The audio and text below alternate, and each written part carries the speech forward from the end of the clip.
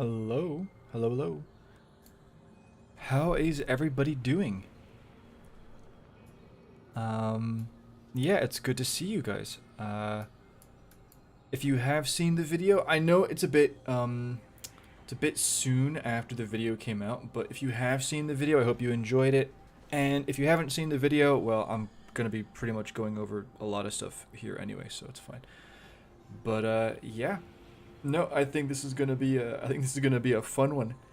Um, I have a feeling anybody who was here on Tuesday wasn't expecting the video to be like this, but it's a bit different for sure. I think it's this is basically and I was originally going to do a different title, but this is effectively the this is probably like the closest I've really gotten to the Eldritch Theory style videos, like from back in the day. So this is like I'm just gonna call this the Veil Theory, but yeah, there's this was part one, so there's at least two parts, and I'll talk like really briefly about the second part, but that's gonna be coming out sometime next week. Also, I do want to say that two things actually. So the first thing is that regarding the VOD from Tuesday's stream, I am really behind on schedule, and I still need to actually edit that VOD and upload it to the second channel. So that is the priority for tomorrow. I think I'm just gonna do that first thing tomorrow. Same with this one. I'll just kill the two birds with one stone. And then as for the video that I had planned tomorrow, my schedule got really messed up on Monday. So the schedule was to do Monday, Wednesday, and Friday for video releases, but since my schedule's been messed up, it's actually turned into Tuesday, Thursday, and it looks like Saturday. So I'll try and get as much of tomorrow's video done. I already know what it is, and the thumbnail's done, for example. But yeah, we'll see. We'll see what happens. But it's definitely coming out either tomorrow or Saturday. The second thing is, of course, and this was one of the main reasons actually why I didn't release the video yesterday, was because of everything that happened with Bungie and the article from IGN. And you know, I was writing the script and I was figuring things out, and then I read the article, and it really took the wind out of my sails. And not only was it kind of a demoralizing time, but at the same time, I never feel like it's appropriate when stuff like this is going on and be like, hey guys, check out this new lore video. But yeah, I don't plan on making a video about the Bungie stuff because, first of all, there are people who are going to be doing it anyway. I know that my opinion doesn't actually matter. At this point, it's just like, hey guys, this is my take on the situation. And is it really necessary? You know? It just kind of seems like me trying to get views. I don't really care. Like, I think everybody has the same opinion and the same message, right? I think that's like all that needs to be said. And if you don't know what I'm talking about, IGN released an article. I mean, there's no way you don't know about it, right? IGN released the article basically saying that the main reason why Bungie laid off everybody, like the 100 people, was to try and avoid a Sony takeover. So apparently in their contract, if Bungie doesn't make enough money, Sony can take over the board of directors and do whatever with the company. That's the short end of it, but yeah, it's rough, and apparently the morale at the company is really at an all-time low, and the relationship between the developers and the bosses are it's awful. But yeah, it is what it is. But yeah, I just wanted to get that out of the way real quick. I don't plan on talking about that all stream. Yeah, I know. I know it matters, but wait, what matters? The thing taking over Bungie, or my take? What was the thing that What is it that, I mean, probably maybe both, but like I don't know. What was the thing that matters to you? Tailgate. I've mostly been playing a lot of Avatar: Frontiers of Pandora today, and I'm enjoying it. You know, that's a game that I have really no interest in. Maybe it's like amazing. Who knows? I haven't actually. I mean, I've obviously not played it, and I don't know a ton about it. It just kind of looks like you're. It kind of looks like almost like Far Cry on Pandora, but yeah, if it's great, then I'm really delighted for you, and I'm glad you're enjoying it.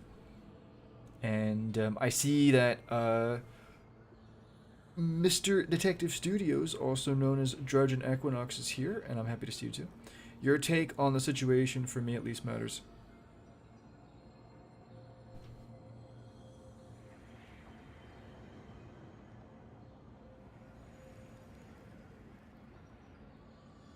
Like,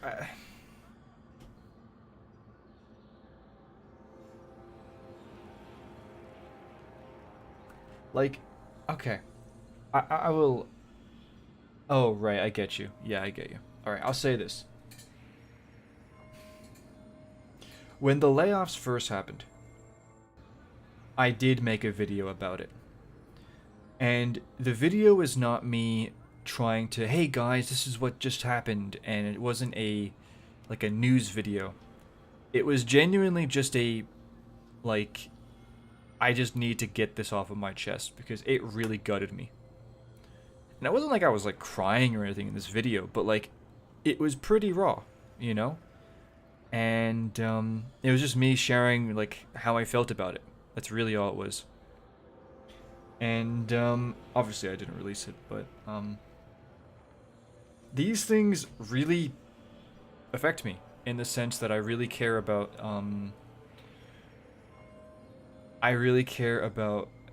the game in the sense of like the world and the story, but obviously I care about the people too. And like we all have bashed Bungie, right? I think there's very few of us who can say that we've never bashed the company, right? I know that I've oh my goodness, man. Some of the things that I've said to friends, like nothing that like serious, but it's just like it, you know, it's the easy thing to do. Everybody's done it, right? But even me, right, with how harsh I can be, I wouldn't wish the laying off of that kind at all on anyone. And there's a difference, right? There's a difference between Lightfall coming out with that quality of story, and then maybe some people from the narrative team getting fired. Like that's potentially a correlation, right, between quality and people. That's, you know, that's a little different, right? I'm not saying it was 100% justified. I'm just saying you can kind of see what's going on, right? And then just blindsiding 100 people. It's a completely different situation. I wouldn't wish that on anybody. I don't care what they did, right? I don't care if they made crap content. I don't even care if they were like people I wouldn't like in person, right? I wouldn't wish that on anybody, especially not before Christmas. And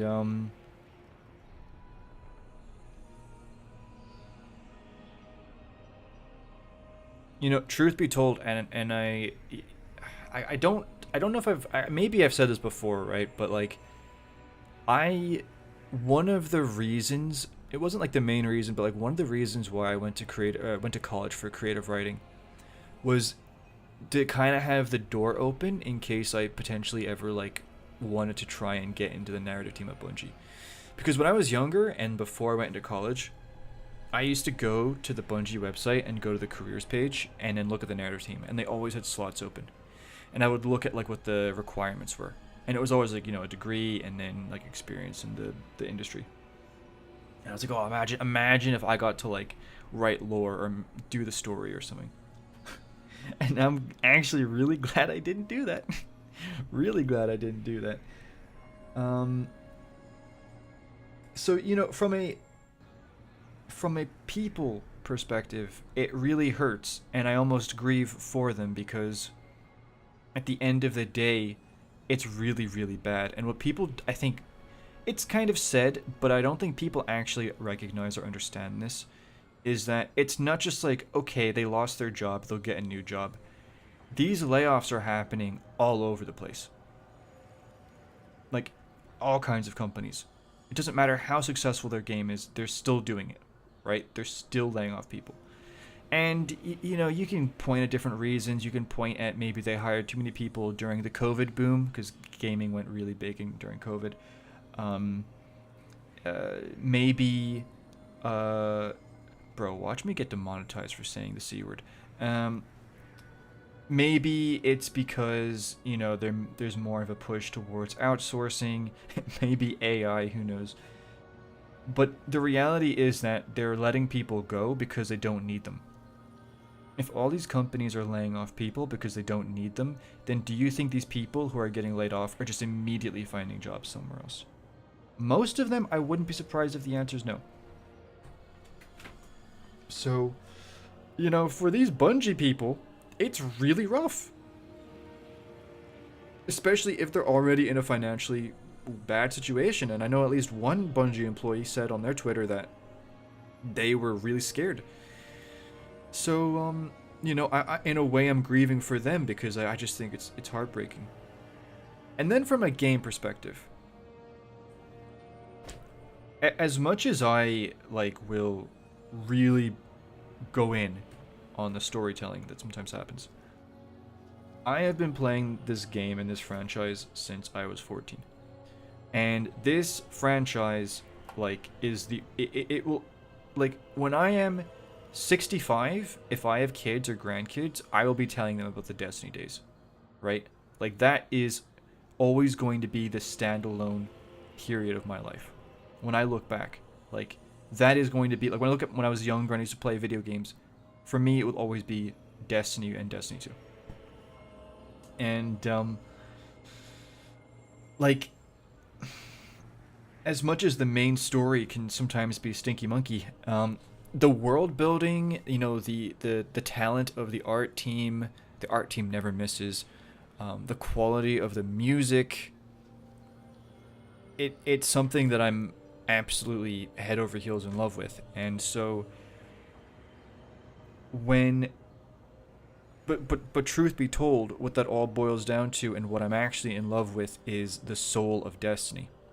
And that soul has existed since Destiny 1, some of it even before Destiny 1 with the OG version. And that soul has always been there. Even in, okay, maybe not really in Lightfall. I don't know. Lightfall kind of wasn't really, I don't know, but whatever.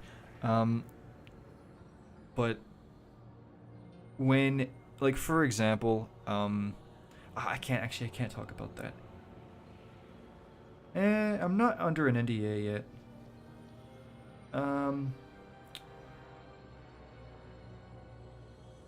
Let's just say, I've been having a lot of conversations that have been really relevant to this. And so, when I see things that directly impact the soul of a game, number one, I recognize that it is taking away from the soul of the game. So, for example, laying off music people. That directly, it's not that the music's gonna be worse, right? The music didn't necessarily get worse after Marty O'Donnell left in Destiny 1, but it was certainly different. It's a dramatic shift, right? The same can be said for Doom Eternal and Mick Gordon. It's not like the music got worse after he left, but it was different. And to a certain extent, that affects the identity. And that also affects the soul. And I know I'm getting wishy-washy here, but I can go really deep into games and what makes them good and whatever. But, you know, from a game perspective, I also was kind of grieving because to a certain extent, you know that this isn't just a flesh wound that's going to heal. This is it, right? This is something that's going to stick with the franchise till the end.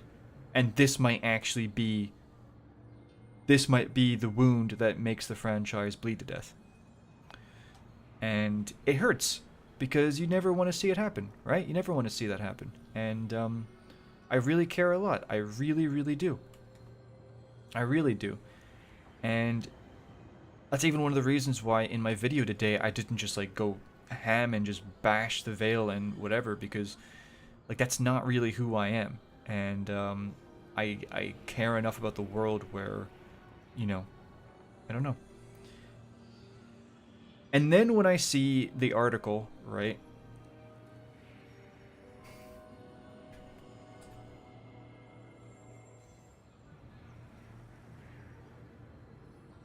Like, is there anything you like? If you've read the article, like, what am I going to say that's like news to you, right? Um, if the people who are giving this information are telling the truth and they're not exaggerating,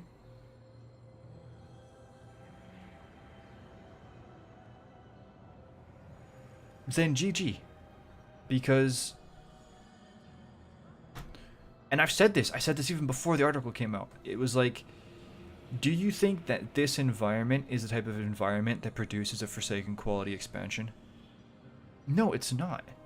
When people are scared that they're gonna be next, or even if they like, even if they're like, yo, bro, I'm like the lead of this studio, or I'm the lead of this department, right? Like, I know I'm fine, but like, I've been working with some of these dudes for like 7 years. Like, I'm like really good friends with them. I went to this one guy's wedding, and now he's gone, and I'm messaging him, and he's scared, and he's having a hard time, and his family's having a hard time providing for his family. And yeah, like even the people who are not scared of losing their jobs are still gonna have really low morale. And then all of them, like, do you think when Dado or Paul Tassi, maybe not Paul, I don't know. Anyway, Dado or Astacross or anybody makes a video, or Destiny's trending on Twitter, or the biggest streamers in the gaming, industry are talking about this and clowning on Bungie as a company. Do you think those employees don't see it? I guarantee you, most of the employees probably watch videos about their company. I know I would. And how do you think that makes them feel? Not good. And Paul Tarsi is the only one who's really, I think, really nailing this home. But like, if you think the final shape is going to save the day, I don't think it will. I don't think it will. From a money standpoint, no. The people who are going to buy the final shape, it's already locked in. I think the amount of people who, when they show this new trailer, are like, oh my goodness, you've convinced me. I think it's a relatively low percentage. But it doesn't even matter. Even if the final shape is the best-selling expansion that they've ever made, how many people and how many of you in the chat right now have said or thought to yourself or to others, I'm just sticking with it until the end of the main story? So even if it's like the greatest story ever, and it's the greatest expansion ever, it's still the ending. People are still going to leave. And then what? Population's probably going to go down during the episodes. Who knows what the monetization is going to be like during that time? Who knows if they're even going to be working on another expansion? Because probably during the episode time, Marathon's really going to be kicking up, unless they start, like, really focusing on Destiny 2. The final shape is not this Sony problem with them potentially having the right and the ability to take over the company. That has completely changed the whole perspective. Now it's not just, oh yeah, we're just not making enough money, guys, we need to. Now it's actually, yes, we have this 45% goal that we're not reaching. It's not just because we're greedy, it's to survive. And even if Final Shape makes them all that money, bro, Lightfall sold like insanely well. Lightfall had some of the highest player counts ever recorded for Steam, at least for Destiny 2 anyway. And they're still short on money. You think the Final Shape, if it sells amazing, is going to give them that much time? It's so, like, truth be told, like, what do you want me to say? Like, it really seems like over the last, I don't know, however many years D2 has been out, very gradually and very slowly the bed has been made. And it seems like this is the culmination of all of that time. And it's basically like the Titanic with the iceberg. It went too fast, and in the end, it couldn't turn fast enough. And that's kind of what I think, right? That's what I think. No, I know I haven't actually even, I've not really been looking at the chat to be honest with you, but I'm sure somebody's either asked or somebody's going to ask, do you think, because I've seen this everywhere, do you think it's going to be good for Sony to take over the company? No. No, it will not. I have no faith in Sony with a live action game. Do you know what game I used to play? I used to play a game called PlanetSide 2. Maybe some of you have heard of it. PlanetSide 2 was a live service, it was like a multiplayer game, right? It wasn't like live service with DLCs and expansions, but it was, it was like an online multiplayer game. And it began being run by the company called Sony Online Entertainment. That was basically the Sony live service company back in the day. What happened to SOE doesn't exist anymore as far as I'm aware. They sold PlanetSide 2 and the other like MMO / multiplayer games to other companies. Do you think Sony is going to actually fix Destiny 2?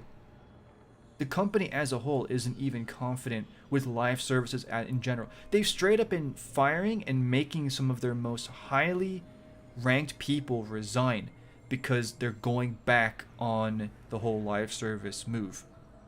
They've delayed half of their live service titles. If Sony takes over the board and gets Bungie, maybe in some chance Destiny survives. But that isn't what's going to do it, let me just tell you. Like, that is not, like, there's a higher chance, in my opinion, of Bungie going bye-bye and getting split up or dissolved or, forced to pick between Destiny and Marathon than all of our prayers being answered, And here's the thing, some of you might think, well, okay, they might take over Bungie and then they'll put some guy in charge who's always been, maybe they'll take Joe Blackburn and they'll put him in charge and then we can have the company that is the way it should be. Bro, the thing with Destiny is that it's literally guzzling so much money just to run. So Sony's going to be looking at this thing that's seemingly spending more money than it's getting, and it's already basically past its best buy date story-wise, and so many players are leaving, and it's just like, okay, well, do we really want to invest so much time into, like, reviving this thing? Or do we just not do that? And for the record, I'm not saying anything, I'm not predicting anything that's going to happen regarding the company. I'm just saying that there are people, and people, these are probably the same people who are like, oh, it's great that they're firing off the employees because they were all lazy. And no, trust me, I do not think anybody should be hoping and praying for a Sony takeover. If it was Microsoft even, or a different company who had a little bit more experience with live service games, sure. But the single player company, the company who tried the live service stuff and now is actively moving away from that, is that really who you want to not buy, but like take over? Bro, nah. So how do I feel?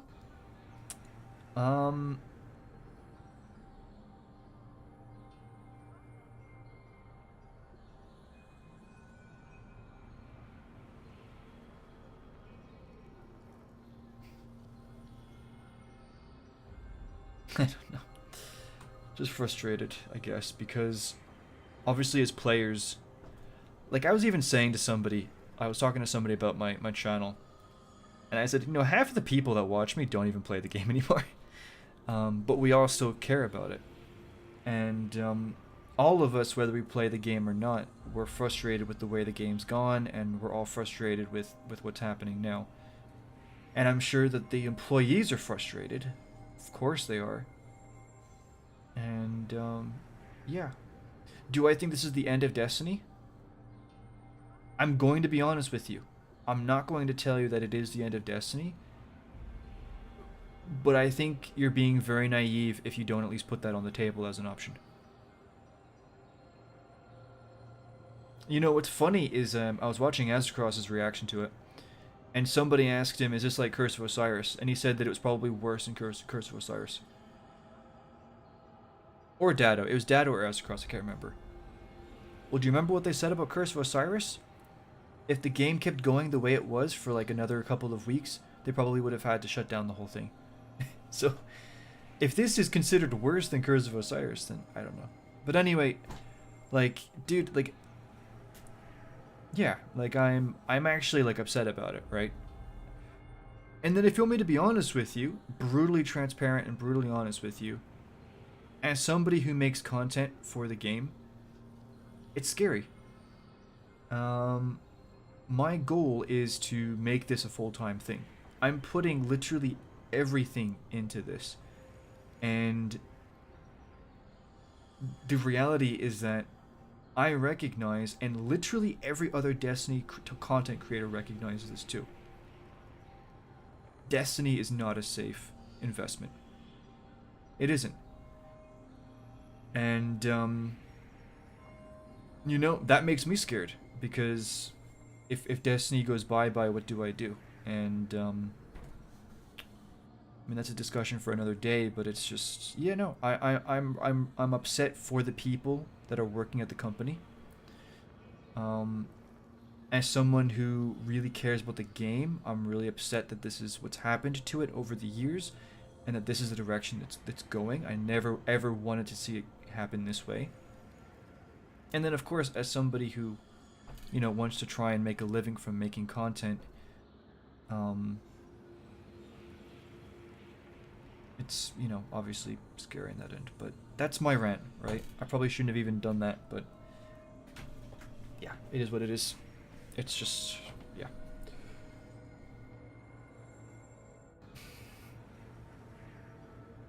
I hope that Bungie doesn't go under. There are very few gaming companies in my day, such as Visceral, but Nemex. Yeah, I know what you mean. I hope it doesn't bleed to death either. Destiny's gone through many lows before and got back up, but this is so much worse. Yeah, Curse of Osiris and Warmind are hard times. To be honest, man, I actually don't like. I know numbers-wise they were rough, but the game was straight up getting better during both of those expansions, right? Like, it was always on the way up. Like, here's the thing: people act as if Curse of Osiris was like the worst thing ever. Literally, nearly immediately after Curse of Osiris came out, Bungie announced Masterworking. Like, it was always going up. It only started, and I'm just going to say it, the game only ever, after Destiny 2 came out, the game only ever, in my opinion, started to go down 2 times. The first, very tiny, slightly, probably during Season of the Drifter with Gambit Prime, because not everybody was into that, right? Fair enough. But it wasn't like, you know, it was really bad. Like the numbers were bad. It was just kind of like, eh.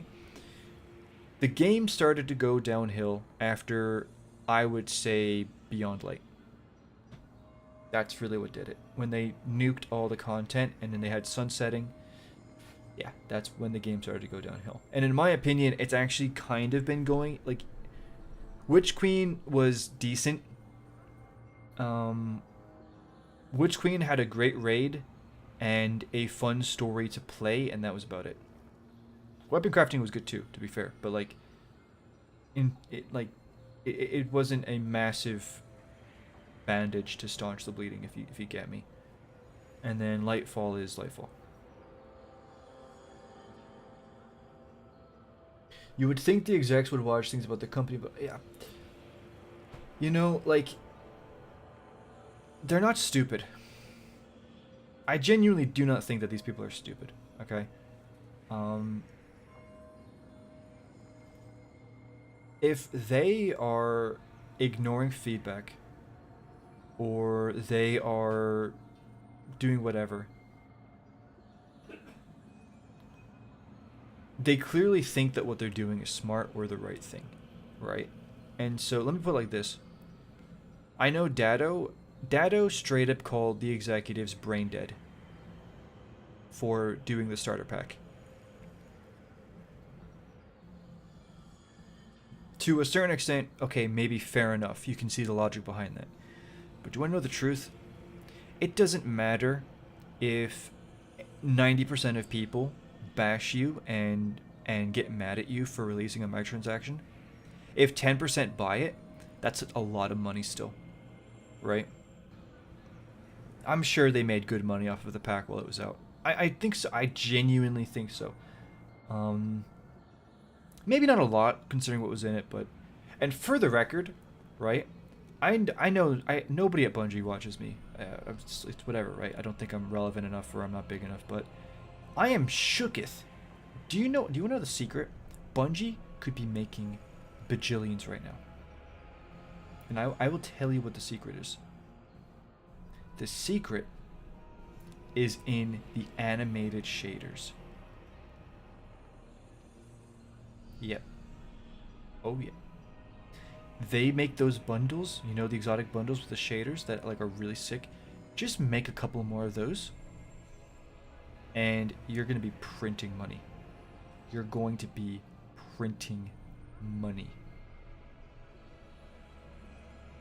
And then what you do, right? You make the shaders. You make those shaders not part of an exotic bundle. You just make those normal shaders. Then you make the exotic shaders.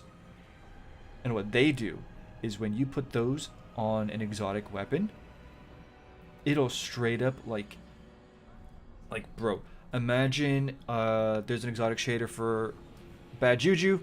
It makes the smoke like it's a different color smoke, and at the same time there are like flames all over the gun, like way more, and it's a really sick effect.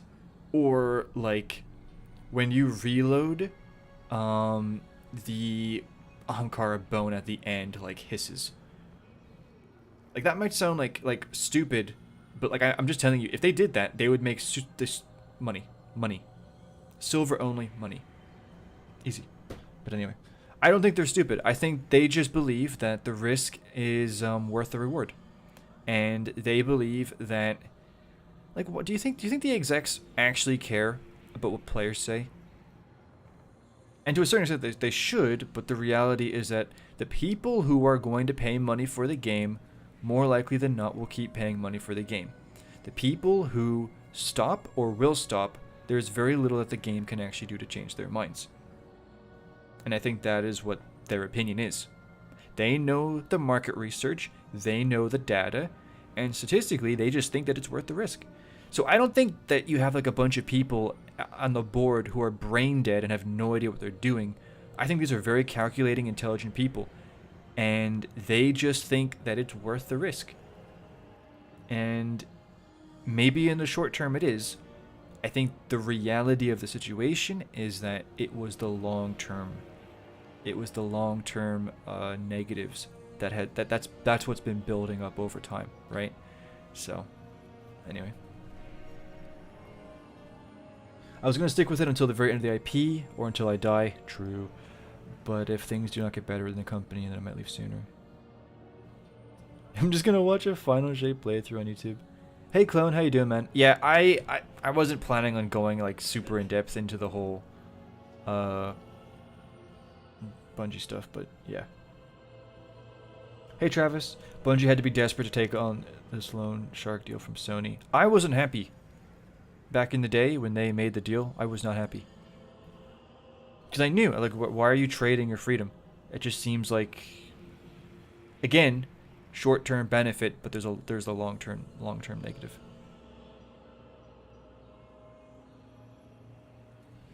They invested so much money into Bungie, Destiny, Sony would at least try, and yeah. Destiny 3, I have always said Destiny 3 will only happen if Marathon, well, actually, I don't even know if Marathon tanks. I don't even know if they're going to get to make a Destiny 3 because of Sony. But if you want my opinion, I think the best case scenario is Sony forces Bungie to leave Destiny 2 and Marathon, and either ditch Marathon or put both of them on life support in terms of like whatever, and begin making D3. I'll be back in 1 second. Okay, give me 1 second.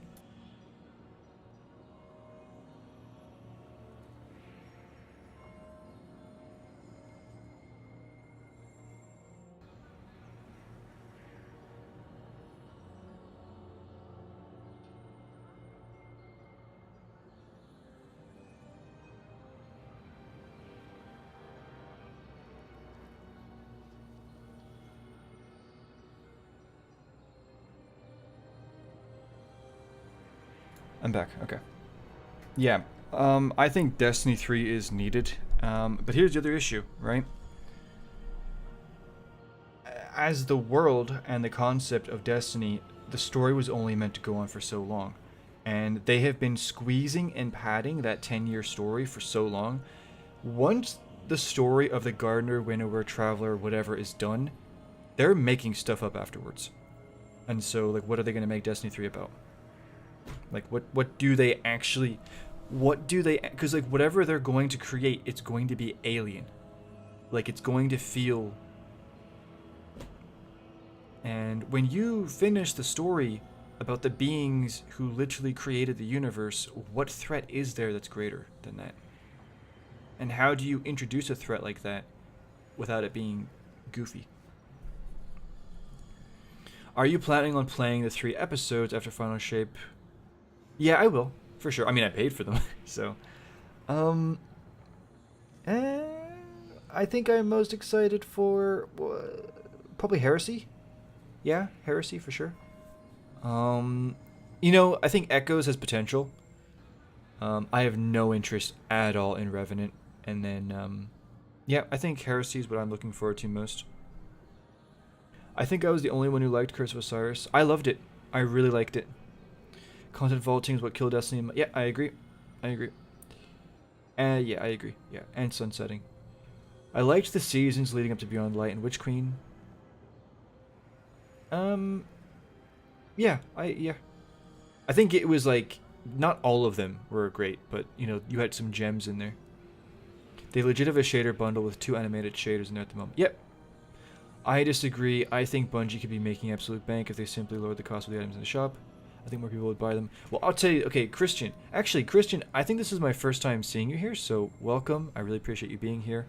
To tell you the truth, do you want to know why I don't buy anything with silver anymore? Ever? Because nearly every single time I have made a purchase with silver, a few weeks or a few months later, I will see that item in the store for Bright Dust. Why would I buy silver and buy an item if I could get it for free later? So, and I know, listen, I know if I'm the one, if I'm somebody who is not buying silver because of that, I know I'm not the only one. So, that's another way that they can make more money. Bungie has to please investors and shareholders. Here's the thing, Tailgate. I'm pretty sure Bungie is a private company. I don't think they're a public... Bungie is not a publicly traded company, as far as I'm aware.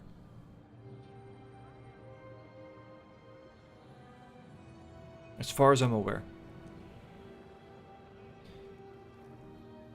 Like, you never hear about, like, earning calls or earning reports, you know, from Bungie. Season of the Undying Dawn. Chosen Splicer. Splicer, gameplay-wise, was good. I just didn't like the story.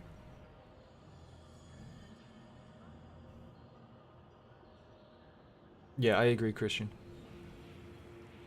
Yep. I think at the same time, right, I think the rule of cool will always prevail. You look at Valorant, it's not worth the price. Bro, it's stupid how overpriced they are. But the dragon eats the ammo out of your hand, bro. The dragon that's attached to your gun is alive. Dude, take my money. Take my money.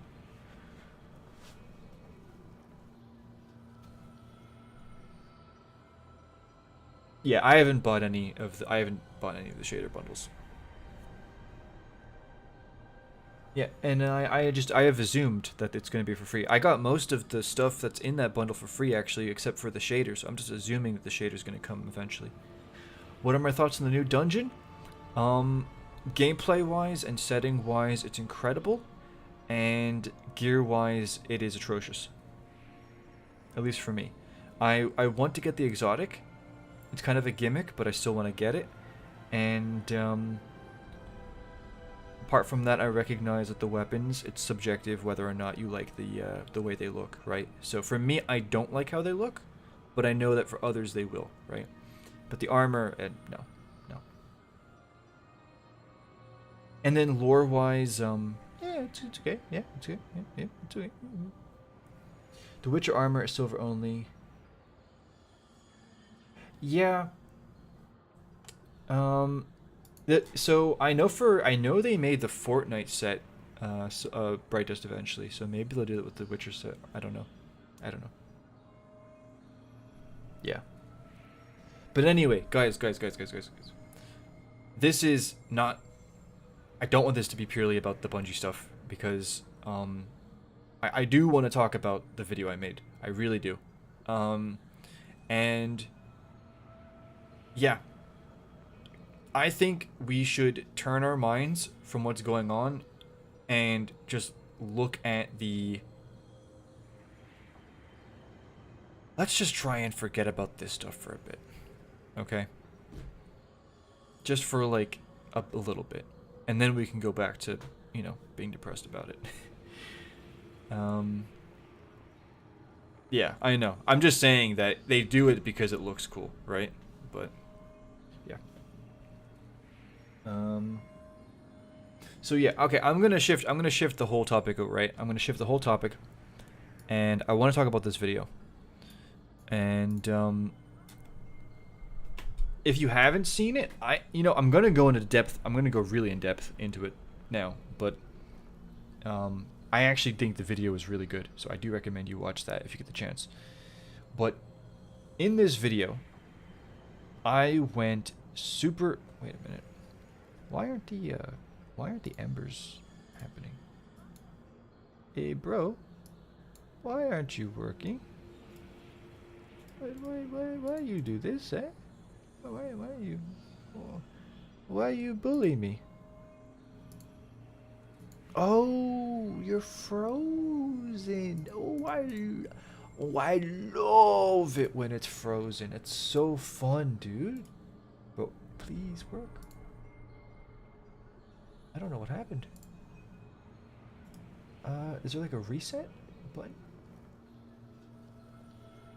Okay, well, I mean, I guess I'll just go in the corner and cry about it for a bit when I'm done here. Yeah, that's great. Okay. Anyway, so if you were here on Tuesday, hey, I'm glad you thought so. I'm glad you liked it. If you were here on Tuesday, I went ballistic into the Veil because on Tuesday we got information from Osiris where he basically took. While watching the video, I came to the realization that yes, it goes about the music past the portal. We don't see any characters there. But aren't. True. Okay, yes, indeed.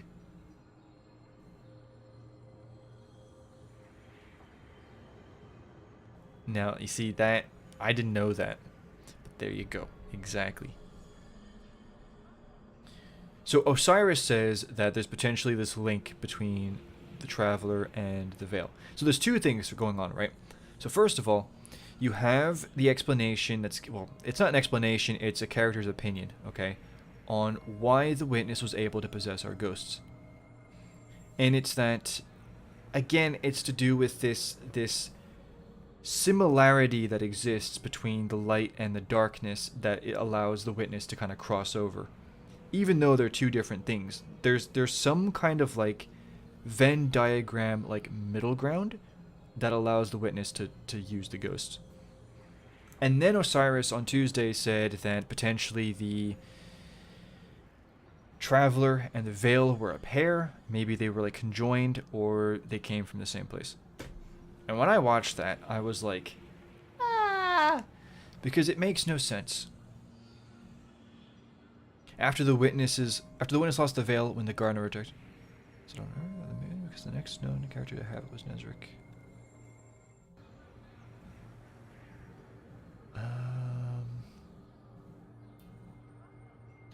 So it seems to me like the pyramids had the Veil, and the witness gave it to Nezric for safekeeping in the fleet, right? That's the only thing I can think of. So we know that Nezric led the fleet against the Traveler, so it was probably like the lead ship, and I guess the goal was obviously to make this link as soon as possible, so it would make sense that the Veil would be on that ship. I don't know, dude. I think they're just making it up as they go along, but I'm just playing along. I don't know. But it doesn't make sense, right? That this machine and this organic being are like, oh, they came from they were created at the exact same time, and they were actually together, and they were the one thing, and then they split apart, and there's that. No, dude, it doesn't work like that, okay? And then I'm going to break the fourth wall and tell you that in Destiny 1, the Veil never existed for a second. Do you think that when Joseph Staten and Christopher Barrett and anybody else was coming up with the world, do you think that tumor entered their minds for a second? I do not think so. So like, yes, the Veil is something that is very clearly a new introduction. So saying that the Veil is part of the Traveler's origin story doesn't make sense. Not just because the Traveler and the Veil are so different, but also because we know that like it couldn't be. It wasn't always the case. If they make it this way, then it's only recently, and they've just shoved it in. Just like how they shoved the Witness into the Hive origin story. And then, you know, when I looked actually deeper into it, again, you look at what the purpose is. What is the Traveler? It is a tool. It is a tool. What you see it do is the action of a tool. And then even the Worm Gods specifically state it is a tool. It's not the actual light. And so, yeah. And of course, there's not much we know about the Veil, but like what we have seen, and even what we can accurately guess or estimate, it makes no sense. Like it doesn't do anything. It's not a tool. It just sits there. It literally just sits there and is used by others. But in reality, it uses them. So, no, these are very different things. One is a construct, the other is a manifestation. Those are two very different words. Okay. But at the end of the day, even though I say it doesn't make sense, and I show you why it doesn't make sense, the link is seemingly still there. There is still a link that is happening between the Traveler and the Veil. What is that? But then I started thinking about it.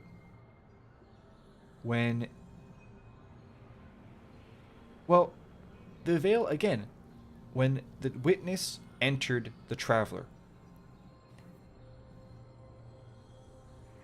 what did the Veil do? Well, it actually did nothing.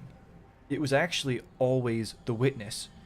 The Witness was standing in front of the Traveler, and then the Witness possessed our ghost and flew the ghost up to the Veil, made a link between the Veil and the ghost, and then shot the beam at the Traveler. Technically, that was all the Witness.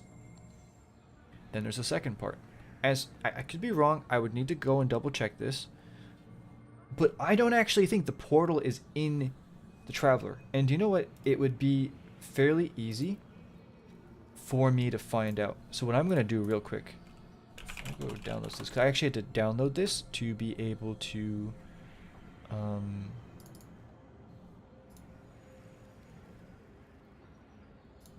I had to download this to be able to use it in a video.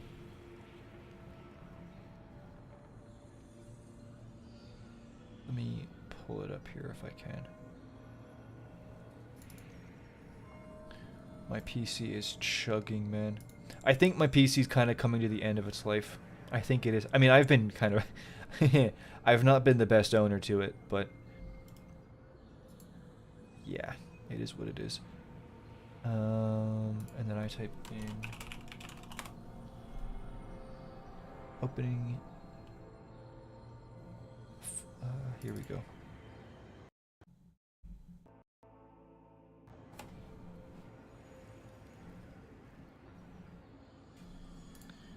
Let me just do this and do this. Yes. And then I pull this and I do the thing where I do this, and then it doesn't actually work. So then I have to. Okay, then it does work.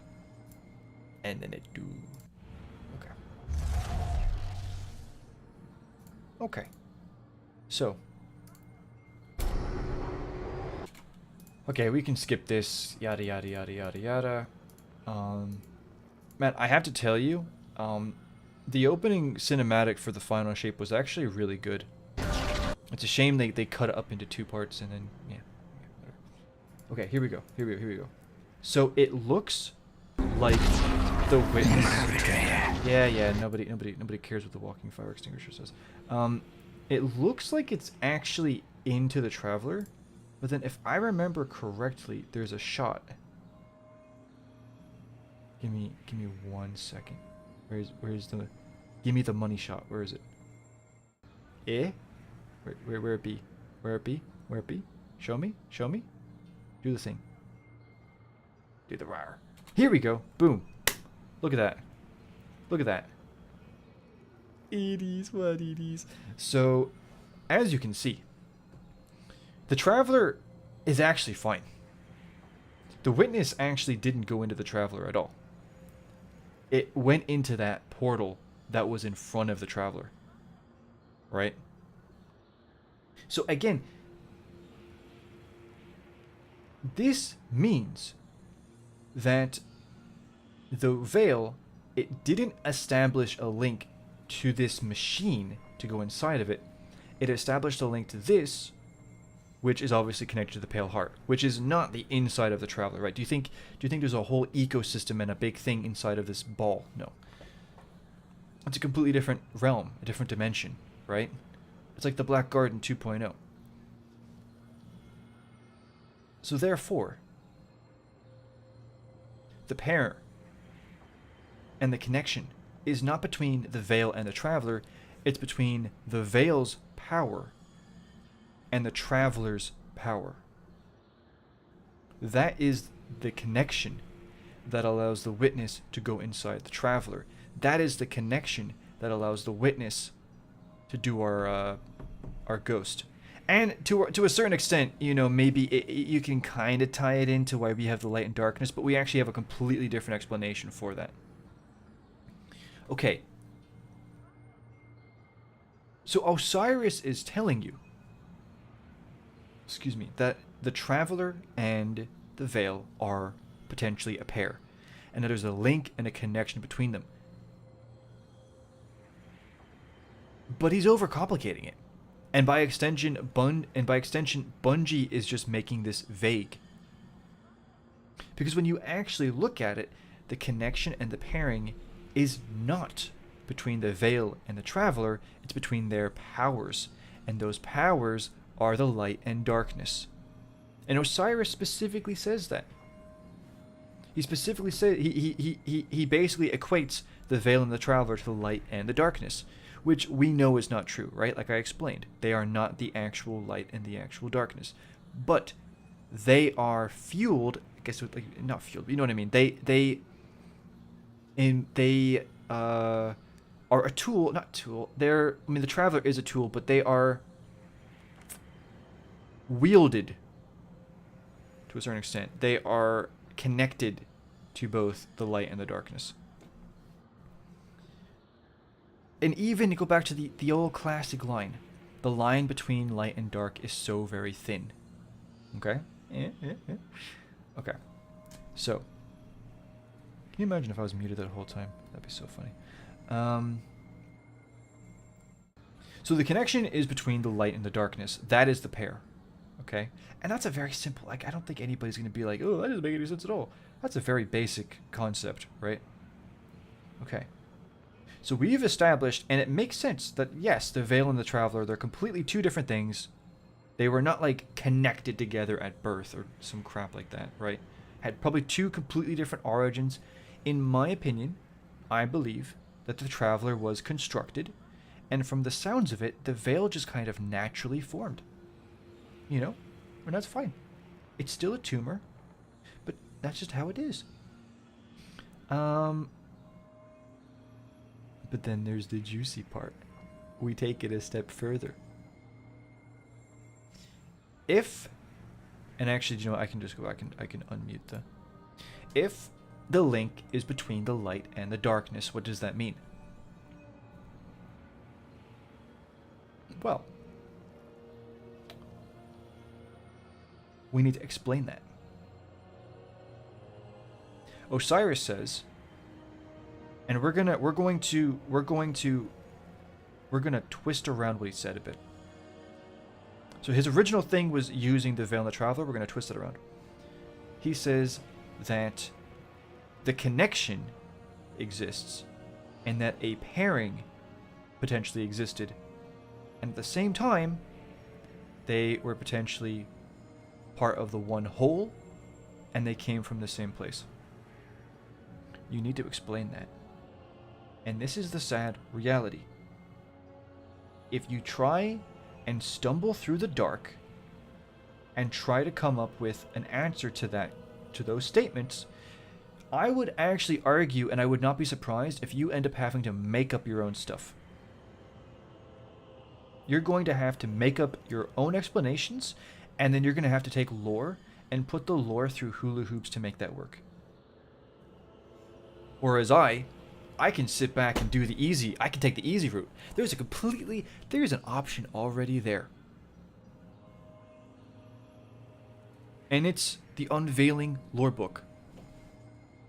Before the Destiny 2 universe existed, there was a different realm, and it was the original garden, and inside was a gardener and a winnower, and they did their thing, and eventually they fought, they combined their powers, fighting, and because of the strength of their powers combined, and because the realm that they were in was like extremely, like, it was, I want you to think of like soil that is the most fertile soil possible.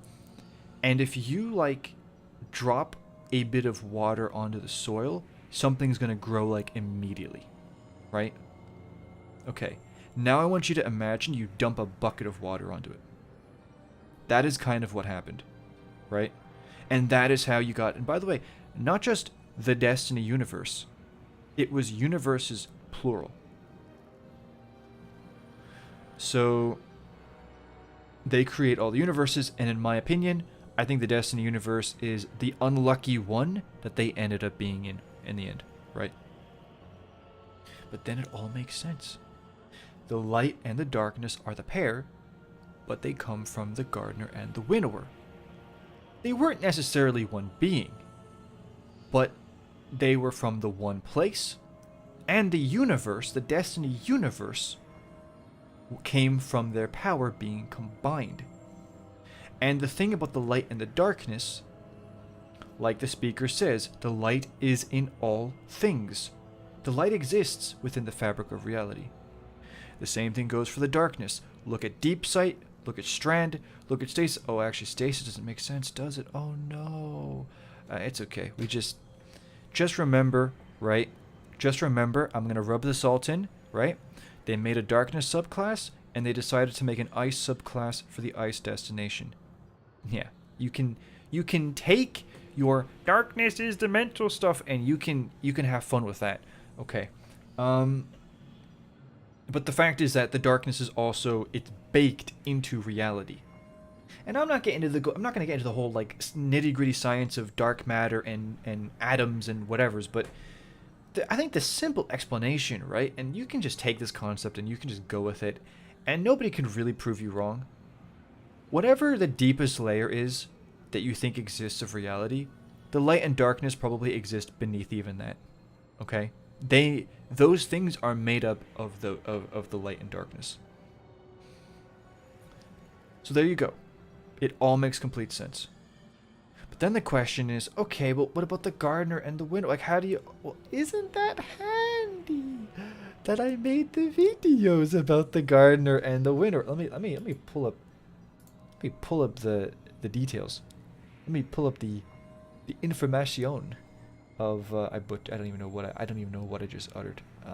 That was actually disgraceful. Let me pull up the old... And this is where I want you to imagine every time I say, like, let me just pull this up, give me a second. I want you to imagine that one person in this chat at random gets sent to the back rooms. Hey, listen, I don't make the rules, but I do enforce them. Where are my thumbnails? Oh, here they be. Here they be. Yeah. Yes, good. So, this is the Winnower. This is the Winnower thumbnail I made. This is, you know, it's an older model, but it checks out. Yeah. And then, I highly recommend that you watch this. Okay? I was still learning about bitrate and stuff like that, so the video quality, the bitrate's not the best, I apologize. But the video, I went all in on this video in terms of information, and like, just, if you haven't seen this video, and let me put it like this. I know that a lot of people don't believe the Winnower exists. If you're going to come to me, and you're going to tell me I'm wrong, and you're not going to really give me... You're not going to give me a reason other than, oh, it's old stuff and it's retconned, and you haven't watched that video, I'm not going to be mean to you, but I'm probably not going to take you as seriously as if you did watch this. If you watch this, and then you come to me, and you say, listen, dude, I watched a video, and you actually missed a point here, there's actually a contradiction here, and there's actually this piece of lore that goes against what you said here. I am straight up going to say to you, thank you, I'm going to look at this, and if I'm wrong and you're right, I will thank you again. Because remember, I don't care about being right, I care about knowing what is right.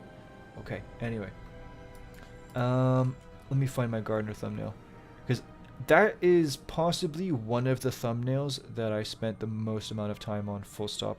Like, full stop. But,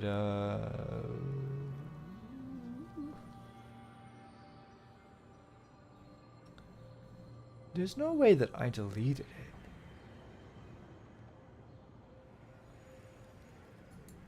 I know I put it in my, I know that I put it in my... Surely I put it in my server, right? Yes, I did. I know I did. There's no way I didn't. Yes, I did. I did.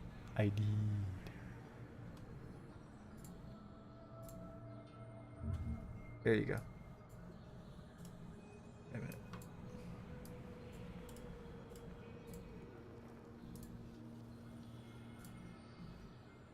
There you go. This is my gardener video.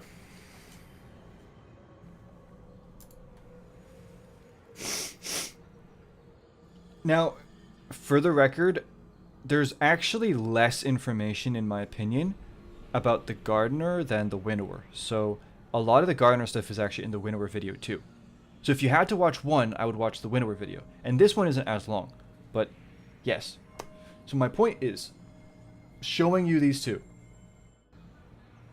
These are two characters that even if Bungie decides to retcon them, they 100% existed.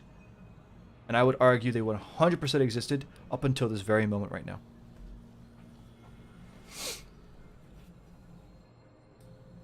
And I'm not going to get into who they are, their motivations, whatevers. But I will say this. The gardener, more likely than not, is the one who controls the traveler. Cool. Nice. When the witness is going inside of the traveler to get the light, I explained in my video, if the witness wants the light, there are other ways of getting the light. You know? There's plenty of other ways to get the light, bro. It doesn't want to destroy the traveler. And it... I mean, I'm going to be honest with you, dude. Like, I always assumed it was going after the gardener. It just makes sense. It just makes sense. Here's the thing. Okay, I'm just going to say this. I'm just going to just slam it on the table. The idea of a final shape is that the final shape and the pursuit of the final shape is the equivalent of the flower game in this universe. Who will win? The winner gets to not just live, but also dictate the future and the rules of the universe. The gardener and the winnower are also players in this game because they also have things they want to do to this universe. Do you know what the problem is? The problem is that they straight up created the universe, that the universe is made up of their powers, and so they're just automatically at the top of the food chain. So if you are not either of those two, and you want to have a final shape, you have to go through either one of them or both of them. The truth is it's going to be both of them. The witness is the child of darkness. It has a connection to the winnower. That is undeniable. I don't believe it is on the same path as the winnower. In my opinion, the witness is literally a pawn of the winnower, and the witness probably doesn't even know it. But if the witness wants a final shape, more likely than not, it's going after the gardener. And if it's going after the traveler, and it's going inside the traveler, it's going after the gardener. And they're talking about somebody screaming. And then, like Solved Alloy said here, or showed here, they're screaming. And actually, speaking of the screaming, okay, Alloy, I want you to remind me about the screaming later. Make sure I don't forget. Okay. And then I made a video talking about why am I still hopeful for a gardener reveal. It's because of the Veiled Woman statues. Now, I'm not going to get into the whole thing, but the reality is this. 99.950% of any information, anything regarding that statue points to the gardener. And that is something that has not been explained yet, and yet it is in the final shape. Now, it is one of two things. It is either a representation of the gardener, or it's just some random bit of pyramid technology.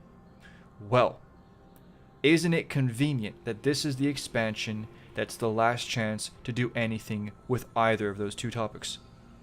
So either way, the statue is going to get answers in this expansion, and I'm putting my money on it being the gardener. Okay, cool. So the gardener, there you go. But what about the winnower? Okay. Now, the winnower is actually a bit of a tricky subject. Because the winnower operates completely differently to the gardener. The winnower is, in my opinion, the apex predator of the Destiny universe.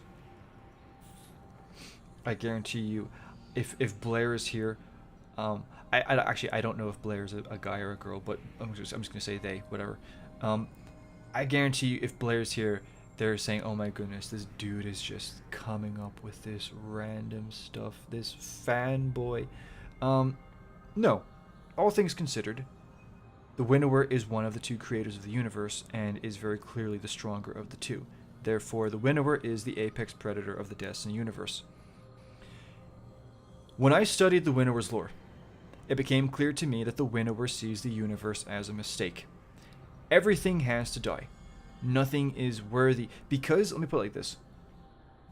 The Winnower did not intervene at all in the original Flower game, right?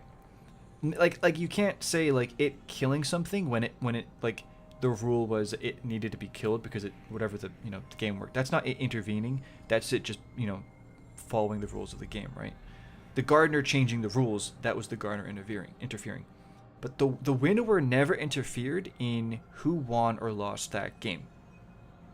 Because the Winnower was completely fine. It was just, this is the game, this is how it works, and it works fine. Who cares if it's only the one winner all the time? It's fine. It's cool. Okay. In the Destiny universe, because the gardener is... Well, first of all, because the universe is out of both of their control,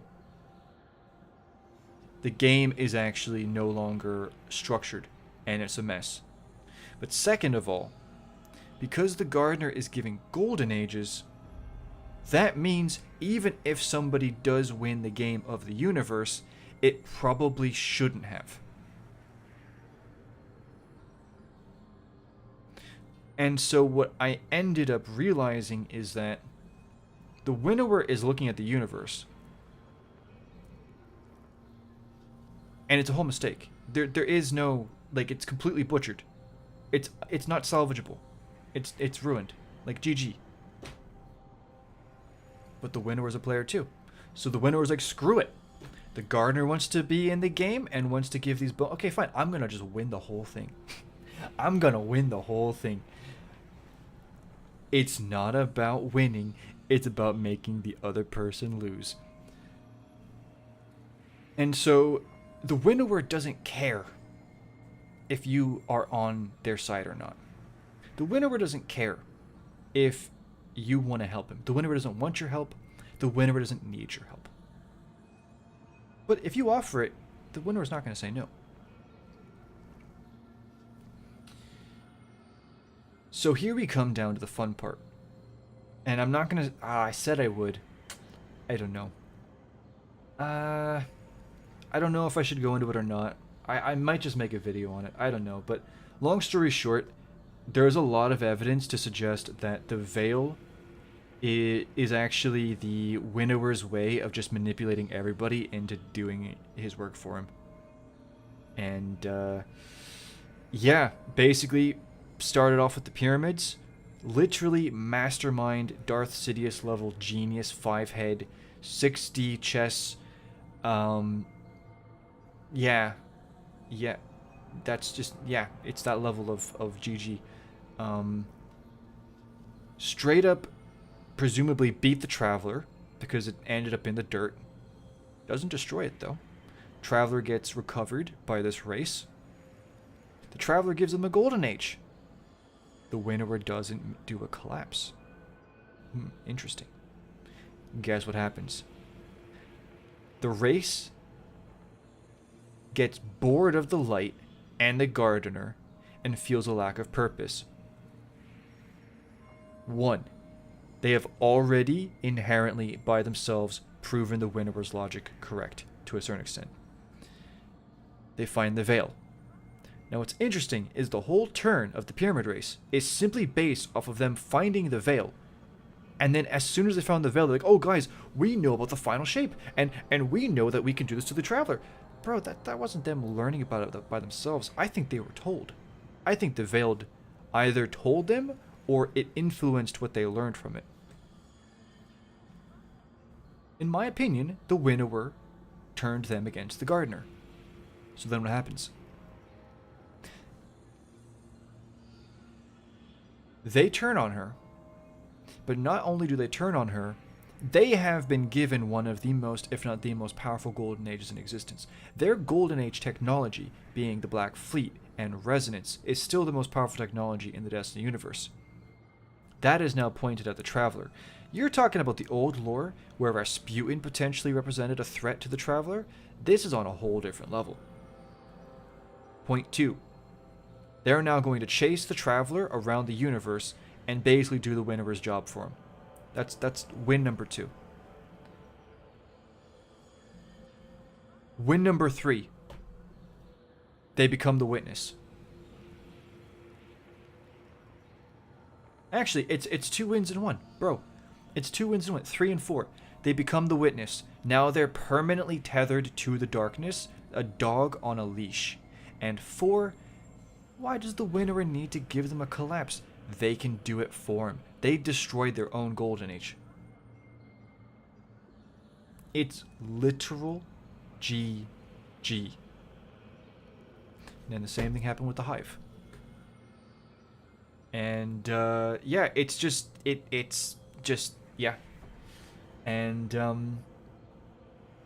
I think to a certain extent it kind of, I don't know, it's a bit iffy. And I was thinking about it, and I'm actually not convinced anymore that Callus spoke to the witness in the Glycon. I'm not convinced it was the witness. And I know some people might be like, well, dude, it's confirmed. And here's the thing. I understand that. And there's the voice in the darkness thing. But the witness, we know. So when the thing with the Glycon happened, and Presage, right? The witness was already in the system.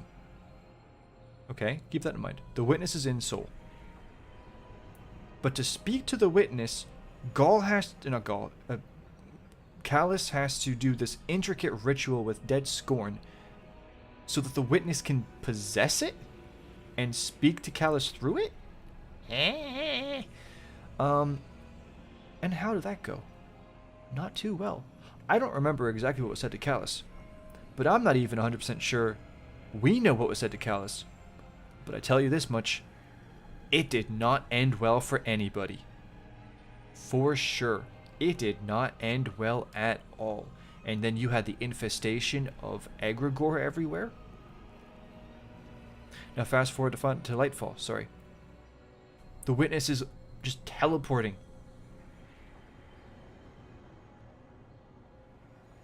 The witness teleports to Callus.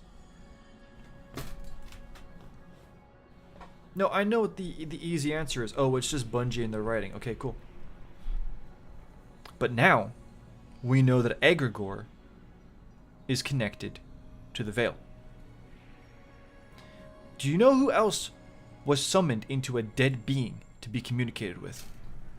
The Winnower. So let's talk about the Winnower, right? I told you the motivations very, very briefly, and I told you the whatevers. So the Winnower actually properly is introduced to us as a character in the Book of Sorrows. Or the Books of Sorrow, whatever. And the Winnower is referred to as the Deep. The Deep and the beautiful final shape. Those two words. The Deep and the beautiful final shape. And then the location is also called the Deep, but it's also referred to as, what is it, like the Deep, which is the darkness, or the darkness, which is the deep, whatever. And for the record, this is 100% a location, because not only does it specifically state that Oryx goes into this location, later on, he gets annoyed because his siblings are trying to do it, but they don't have the Tablets of Ruin, but they can't. But he's still annoyed. Bro, why are you trying to do this, you bingus? Stop it. So it's 100% a location. 100%. Okay, cool. And he needs the Tablets of Ruin to actually be able to go inside. Now, what's actually said there and how the conversation goes, we do not know. It is not recorded. What happened? All we know is that when Oryx came back out of that, he was the Taken King then. But later, Oryx speaks to the Deep again. Except he's not in the Deep. He doesn't go to the Deep. He instead takes an unborn ogre and summons the Deep. And that is the majestic calcified fragment that makes up that chapter of the Books of Sorrow. And that is when we first get a really good glimpse at the Winnower's personality, and also, you know, the whole concept of the final shape and what that means to the Winnower. But now let's tie that back again to the whole egregore, summoning, dead, scorn, voices. Yeah. And at the same time, the whole many dead voices thing is also kind of been associated with the veil. And your own voices and stuff like that. So for the record, I'm actually not too convinced that this truly was the witness that Callus talked to on the Glycon. But regarding my point aside, the one indisputable fact is that the egregore is linked to the veil. So, what am I thinking? The Winnower very well may be connected to the veil. I mean, okay, no. It is a fact that the Winnower is connected to the veil, because the veil is a manifestation of darkness and the Winnower controls the darkness. Even if the Winnower is not inside of the veil, it's still connected to it. Cool. That being said, because we know that the deep actually is its own location, and we know that seemingly light and darkness can merge with each other and interact with each other, if the ghost, or sorry, if the veil and the power of the veil can cut into the traveler, or rather the pale heart, right? Then can it not be the other way around? Oryx might have had to go through the whole Tablets of Ruin wombo combo stuff, but we have the Master Key.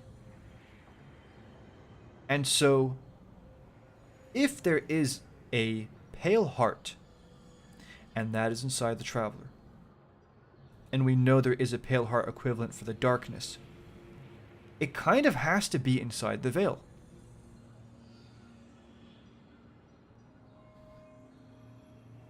Now, this isn't perfect, this whole explanation. I'm not saying it's perfect, but it makes sense. At a core level, it makes sense, right?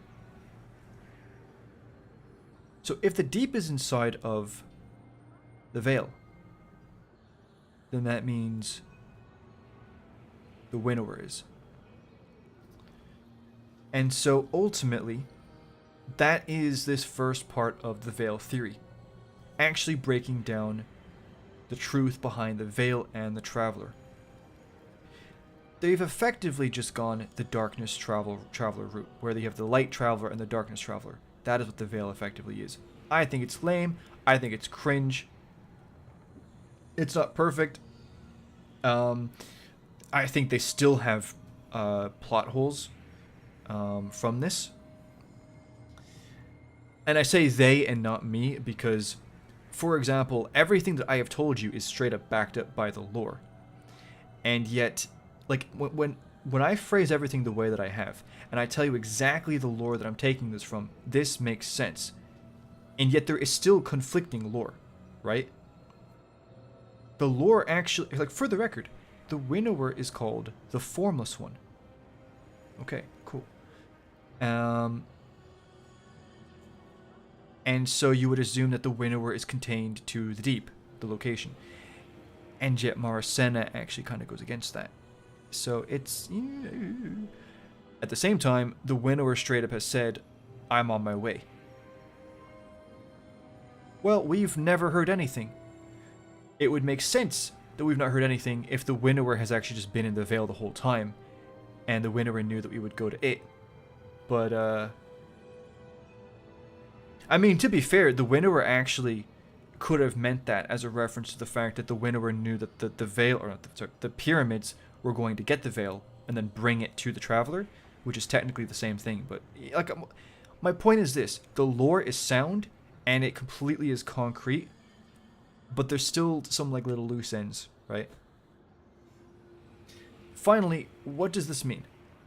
I made a membership only video where I talked about I talked about the natural conclusion of the Destiny universe and how darkness falls. And I think that this is actually something that I can add on to what I talked about there, which is that the veil actually represents the true weakness of the darkness. Because if the winnower is inside if the winnower is inside the veil, remember, and this is the beautiful difference between the winnower and the gardener. The gardener has the traveler. What does the gardener do? The gardener runs.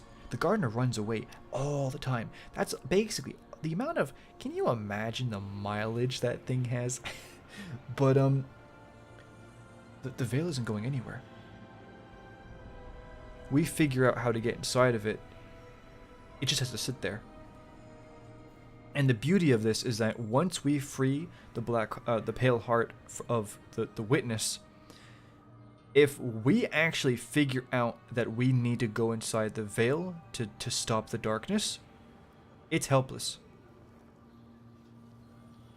It's a reverse Uno. We've been sitting here helpless for like a year and a half, or it's going to be a year and a half, while the witness is inside the traveler. It's going to be the other way around. It's going to be payback. The veil just has to sit there in Neomuna while we get ready to go inside of it, and it's GG. And the lore all backs it up, right? What is the other thing that's to do with the veil? The fact that if you do anything with it, you're done, you're toast. Veil containment clearly shows that. You try and mess with it.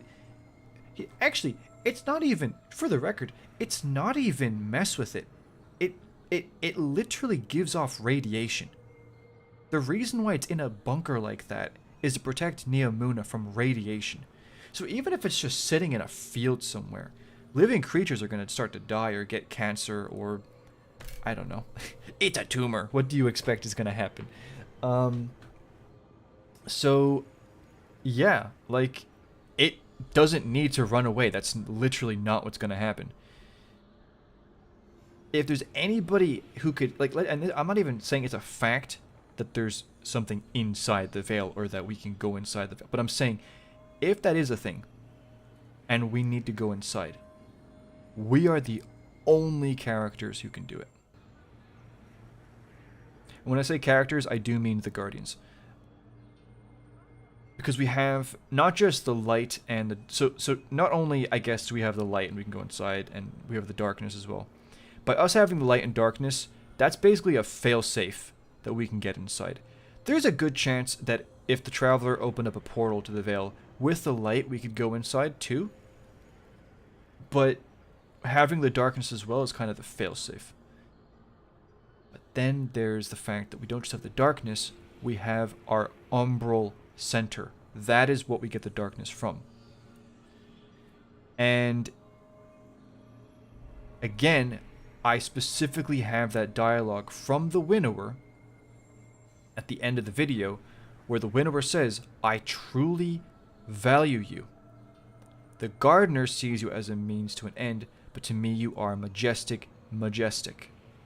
The Winnower only talks about two things being majestic in the whole universe. Himself and the final shape, because the two are the same, and us. He says the final shape is full of the only thing that's basically worth anything at all. He says we're full of the only thing that is worth anything at all. Again, that's tied into my video where I say that we are the true final shape.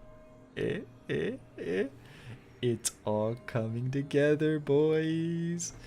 So again, that's another reason why we would be, at the very minimum, allowed to go inside.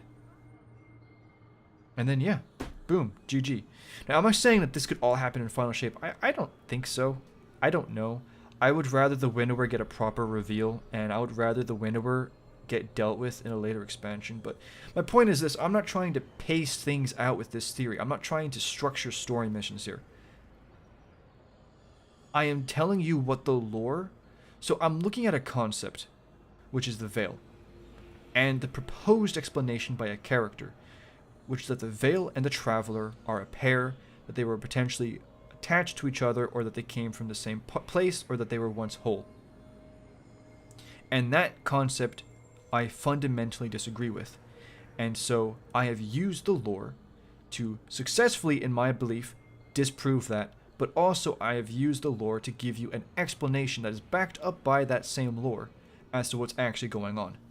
And then, if I'm right, I can try and give you a glimpse of the potential future that Bungie might be setting up.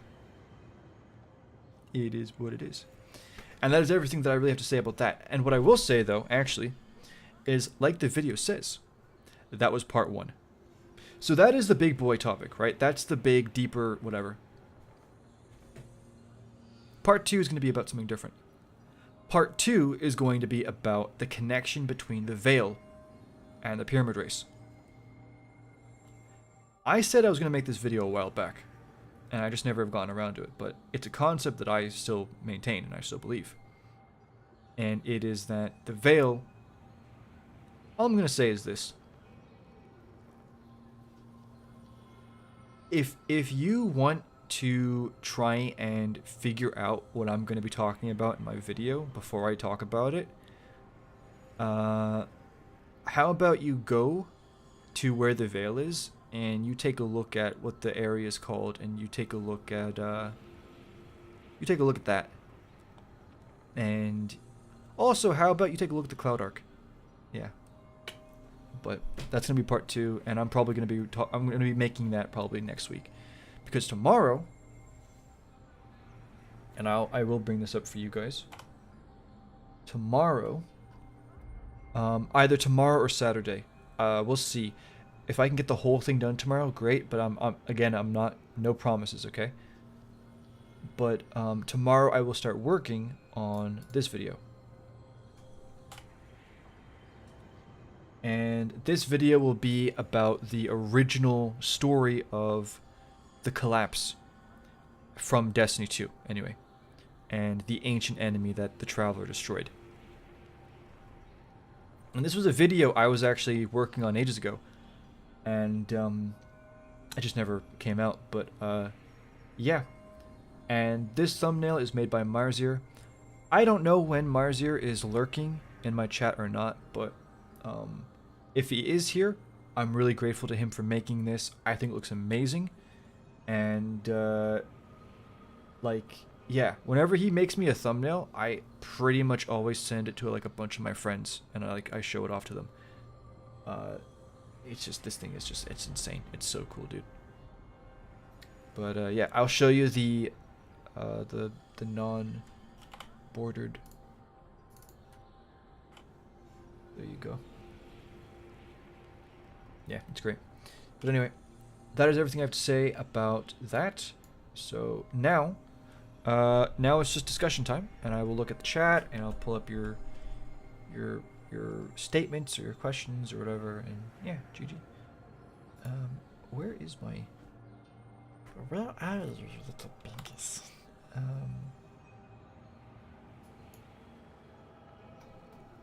Okay, here we go. That was fun.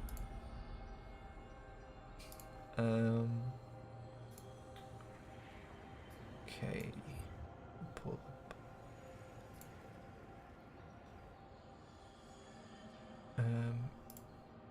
Okay. Yeah. And yeah, we're good.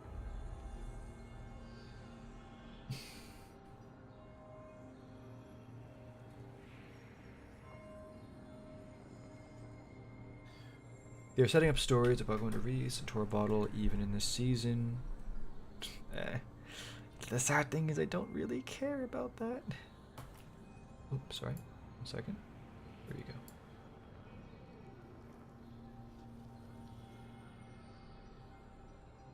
Okay.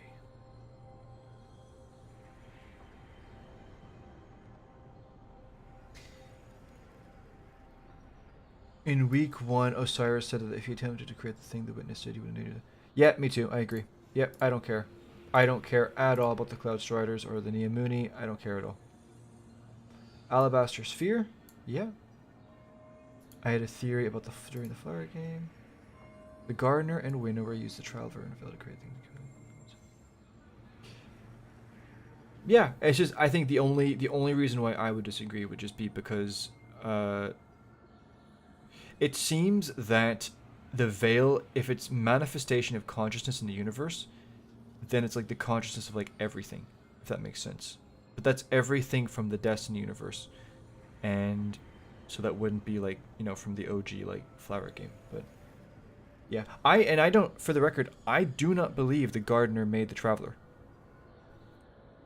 And that's a plot hole for Bungie to figure out, because potentially maybe the Vex originally made it, or the Pyramid Race originally made it. I don't know, but I don't think the Gardener made it. That's a man-made machine.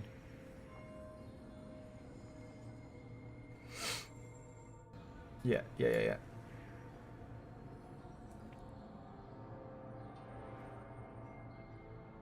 Also, yeah, Alloy, the fact is that like the Traveler has like holes in it, so the vacuum of space would just like destroy like everything, like all the greenery and the stuff, the water, you know.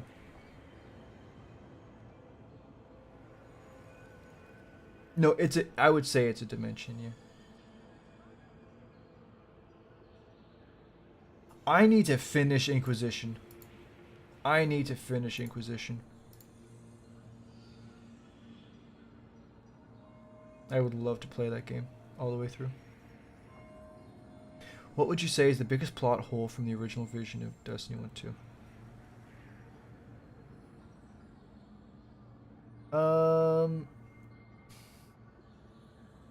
There's a lot, right? There's a lot of smaller things. So, like, for example, we can talk about the Vex. I think the Vex lost their purpose after the story got rewritten. And I think they've just been kind of like aimlessly, they're just like the weird, goofy, not goofy, but they're just like the, you know, the vague, complicated robot race. That's, you know, I think they had a much more interesting story originally. The war mines got shafted. There were originally different war mines, most notably Charlemagne. For whatever reason, they just decided to make all of them Rasputin, which I think was very lazy and annoying. But yeah, that's another thing, actually. There were different war minds. Rasputin was just the war mind of Earth. So that got done in. Plot holes. I'm sure if I thought or if I asked about it, I could give you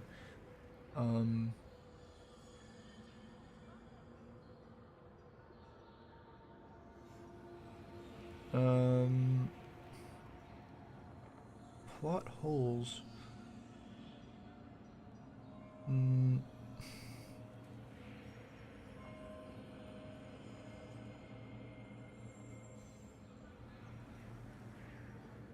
I mean, Destiny 1's original story, not original, vanilla Destiny 1, we'll call it that, right? Not the OG, but like the what we did get was obviously like just weird. I think the no, I'll tell you this. I think the Black Heart is a massive black hole, not black hole, plot hole. And I actually just said this. I just kind of said it casually, but if you think about it, it's really true. The Black Heart was originally supposed to be the inside of the Traveler. And they treat it, they still, even to this day, they treat the Black Heart like this holy place. Right? This paracausal holy place. And yet I would say that the Pale Heart has actually, like, the Pale Heart is newer Bungie's version of that. It's the replacement. It's I'm you, but I'm the upgrade, you know? I'm the new model. So technically, the Black Heart is a plot hole too. Yeah, sure. What else do we got? I'm thinking from Destiny 1 to 2. So I'm not going like really past Destiny 2.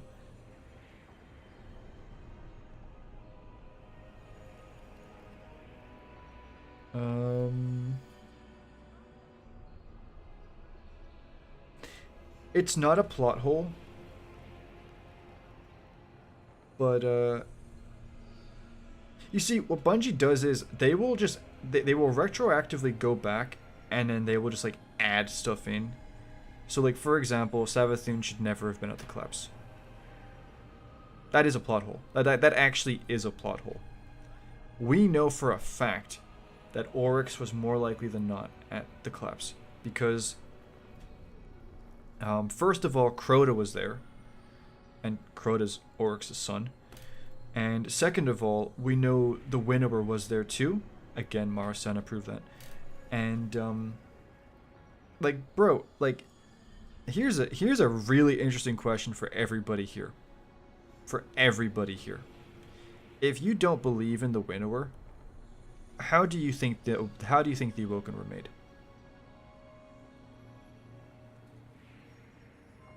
You've seen what the pyramids can do at this point. You've seen the witness. Do you really think either of those two were responsible for the Awoken? It would have been said, bro. Like, it would have been said. Like, Mara literally says, I remember everything about the day I was born. She would have been like, oh yeah, I remember seeing. So first of all, Marasena does not mention the fleet at all. Second of all, the fleet literally couldn't have been there because the lore book straight up says the Traveler is on Earth and there's heavy firing going on, right, with weapons. We know that the Traveler was on Io when the collapse started, and the pyramids went to Io first and then beelined it after the Traveler, right? They have no interest in this colony ship, and it was late enough into the collapse that the fleet was already way past that point, right? But anyway, I'm getting ahead of myself. I think Savathun... So anyway, my point was that Oryx said that he would follow the Deep and document its actions. So if the Deep or the Winnower was at... And I mean, this even works with the Veil, right? If the Deep is inside the Veil and the fleet brought the Veil to whatever, then the Winnower would have been there. But then, yeah, Oryx should have been there too. And it's a plot hole that Savathun is there because in the Books of Sorrow, Oryx is so powerful that he's taking up all of the space. It's actually, I think the line is like, you take up too much space or whatever. And he's taking up all the tribute. And so Savathun and Xivu Arath split up and they go away. And it's Savathun, I think, who flies her war moons into a black hole to get as far away as possible from Oryx. And then I think it's Xivu who bars her throne shut. So Savathun and Oryx being there doesn't... That's a plot hole, for sure. And again, I know this isn't actually in Destiny 1 lore, but the collapse is technically Destiny 1, so... what else do we got?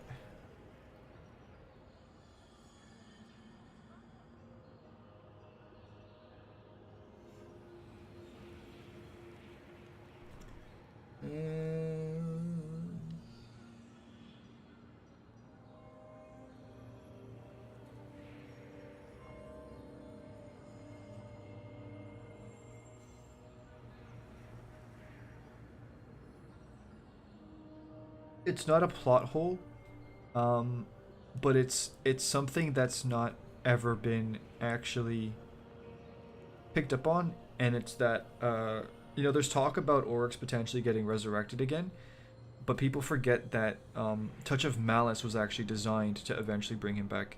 When you look at the Books of Sorrow, Oryx straight up killed Savathun and Xivu like dead. Like dead. Like, it wasn't just like, oh no, we're dead, but we'll come. No, like, they were dead. But he brought them back by basically doing an action that they embodied so much that it resurrected them effectively. So, like, he did something so cunning that it brought Xivu back, for example. And the point of Touch of Malice is that, like, in order to get that gun, you had to gather all of the Books of Sorrow. And so you had to gather all of Oryx's knowledge, which is, again, like, Oryx is the navigator and the documenter and all of that. And then yeah, it's just like the gun is designed to be basically eventually someday when you're using the gun, it's gonna bring it back. But it's whatever. Is there anything else?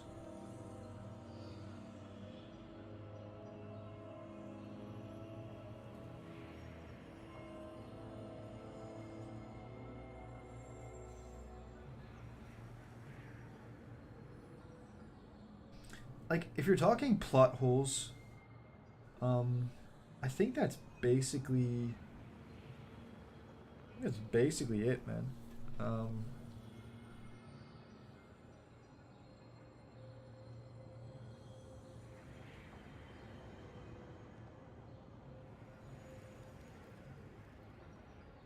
I think technically a plot hole is that whoever kills the Kel of a house becomes the Kel. And in my opinion, I understand kind of why it didn't happen, but I feel like when we killed all of those Kels, we should have had the right to that house, to those houses. Because, so Saint 14 killed, was it Rixus, I think? Or no, that was the Devil Archon, sorry. Or was it the Kel? It doesn't matter. Saint 14 killed the Devil Kel. And they never had a Kel since after that, as far as I'm aware. And it was just, I'm pretty sure it was just Archons. And the House of Devils also ended up being a proxy for the House of Kings. Technically, Saint 14 became the Kel. We killed the Kel of the House of Wolves, sorry, the House of Winter. We killed Draxus. Technically, we should have had Winter. Exile doesn't. I don't think they even have a Kel. Like, nobody remembers. Nobody knows. Like, I don't think Exile. I don't think Exile actually exists anymore. Devils, Winter, Exile, and then Kings. So first, and then there was the Wolves. Wolves, and actually this is proof that a non-human can be the Kel, right? So the Queen nuked the House of Wolves fleet and killed their Kel. I can't remember what his name was. And because of that, she claimed the mantle of Kel and took over the House of Wolves. And that's why in Vanilla Destiny 1, she has the Wolves, right? It also is because like they needed her for survival, and it was kind of like a indentured servitude type of thing. And then when Skolas came, he's like, I'm the Kel of Kels.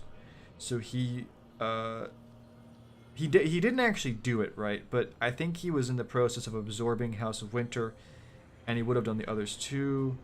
The Kings had no interest in him, but my point is that when we killed him, like, what did that say about us, right?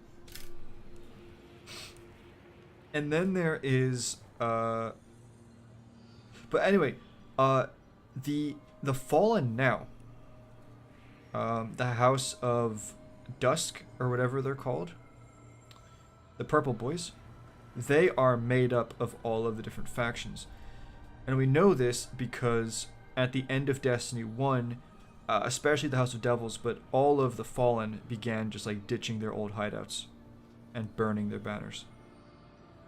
So the old houses, for the most part, don't really exist anymore, and they became the House of Dusk. All of them except for the House of Kings. Here's the thing. Except for the House of Exile, who cares about them? The other houses that are not the House of Kings, humanity and the Awoken actually has claim over them. So technically, we should, like, you know, be able to just take the House of Dusk. Then there's the House of Kings. The House of Kings were the most powerful house. You know, Varix says that the house names represented what they used to be during their golden age on Reese.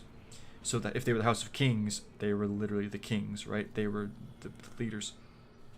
And yeah, they never really suffered a massive defeat the way the other houses did.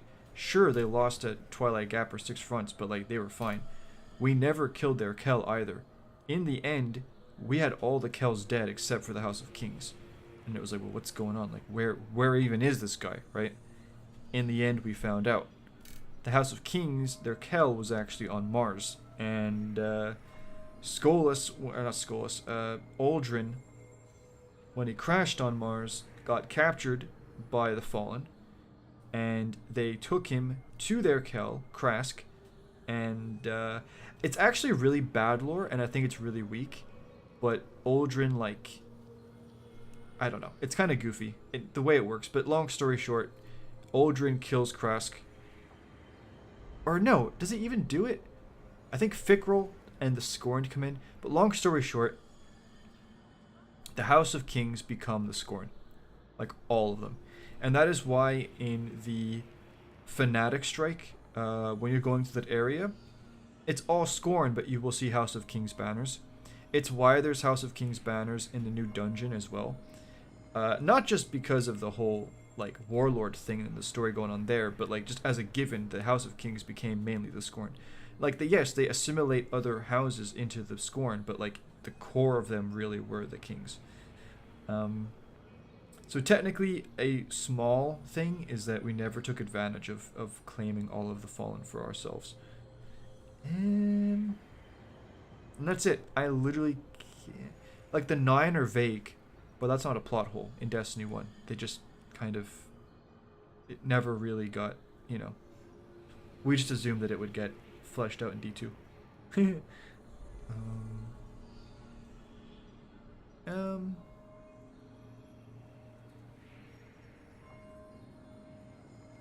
Yeah, that's basically everything. I know I just went on a huge TED talk there, but yeah, sorry.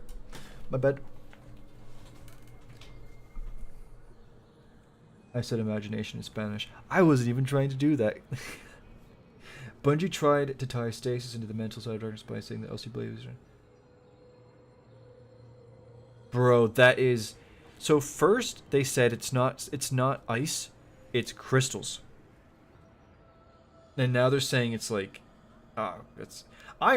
Somebody else told me that it's mental because you're. I mean, it is mental, but it's mental because you're enforcing your will on somebody else. It's weak.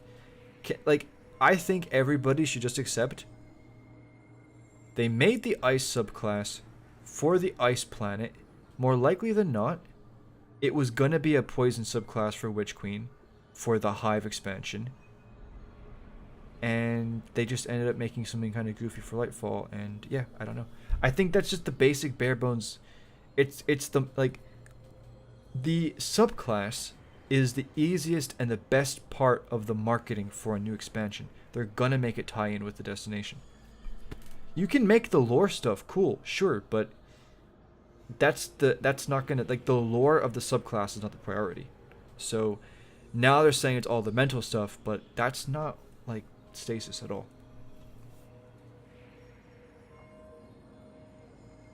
Hey, Cosmic, how you doing, man? Have you talked about the stuff we were talking about in the Discord a couple of days ago? I just got here. I briefly talked about unveiling, and I talked about the fact that light and darkness makes up, like, the fundamentals of, like, the fabric of reality.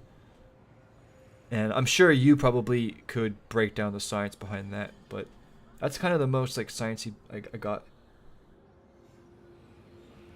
Basically, the Winnower is Blood Palpatine. Exactly.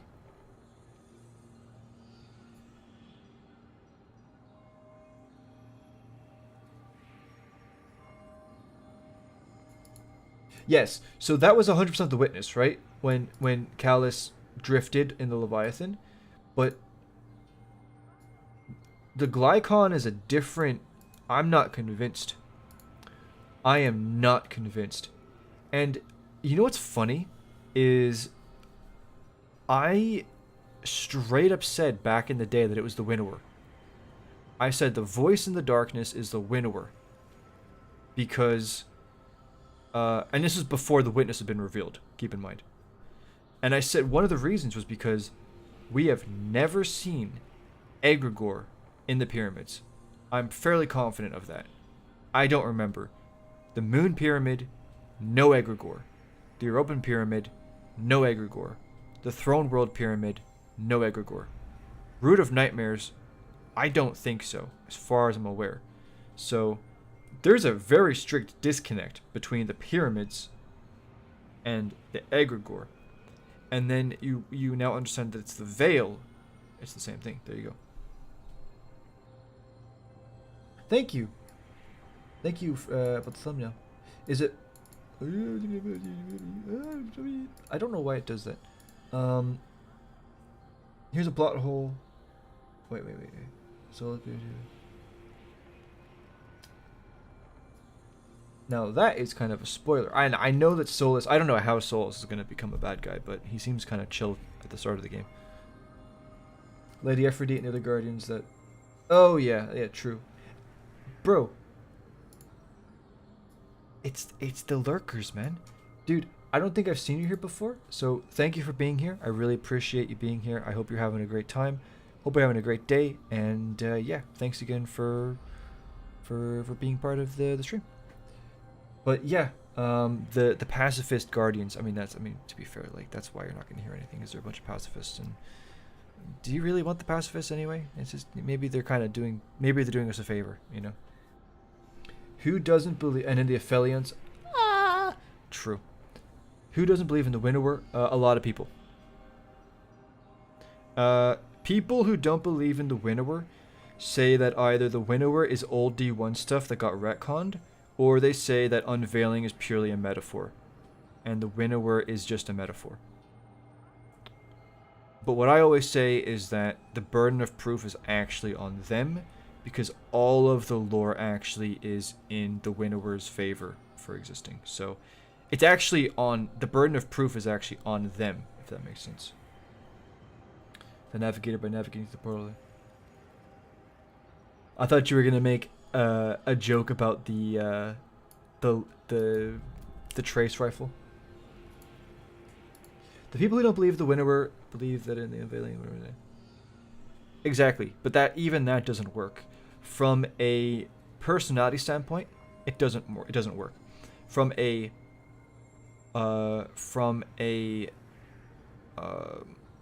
personality standpoint, it doesn't work. From a motivation standpoint, it doesn't work. And also from a relationship with us standpoint, it doesn't work. The Winnower has a different personality than the Witness. The Winnower has a different goal and motivations than the Witness, and even a different like ideology and all that. And the Winnower has a completely different relationship and I guess opinion and I guess whatever of us than the Witness. Completely different. So it's another thing, you know. It doesn't work. Oh, gotcha. Yeah.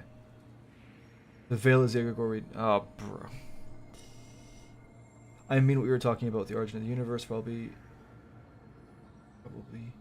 Yeah.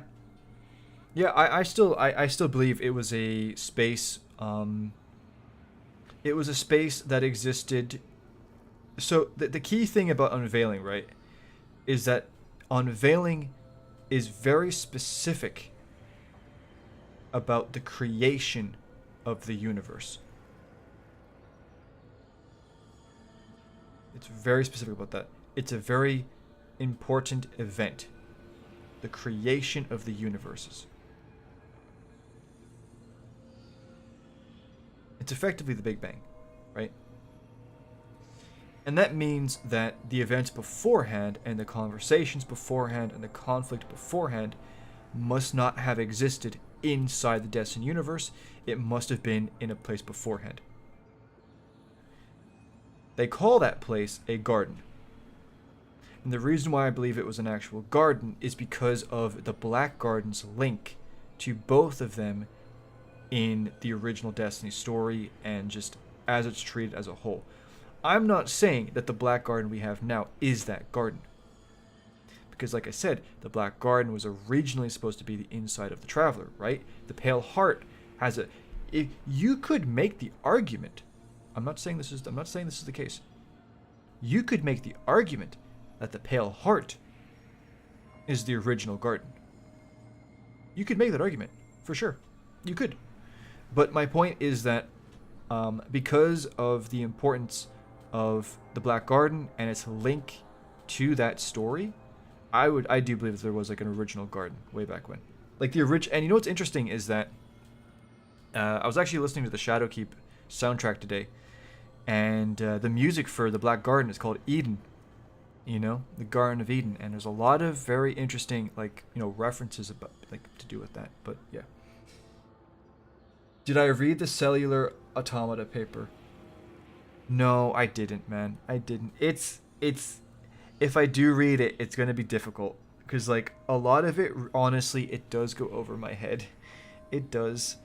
Um, I don't know. It's just difficult for me to understand that. Like I understand the logic, if that makes sense. It's actually digesting the information and deciphering the logic out of that I have a hard time with. I need it to be broken down in like easy to understand in an easy to understand format. But no, to answer your question, I haven't. Um, but I don't like I'm not knocking it because there was a guy and I don't talk to him anymore, but he was very much like yourself into the science stuff, very much like yourself. I actually don't know which one of you was more in depth about it, to be honest with you. He was a bit more wishy-washy though. And he straight up literally broke down and figured out the exact composition of the pyramids, like the exact material.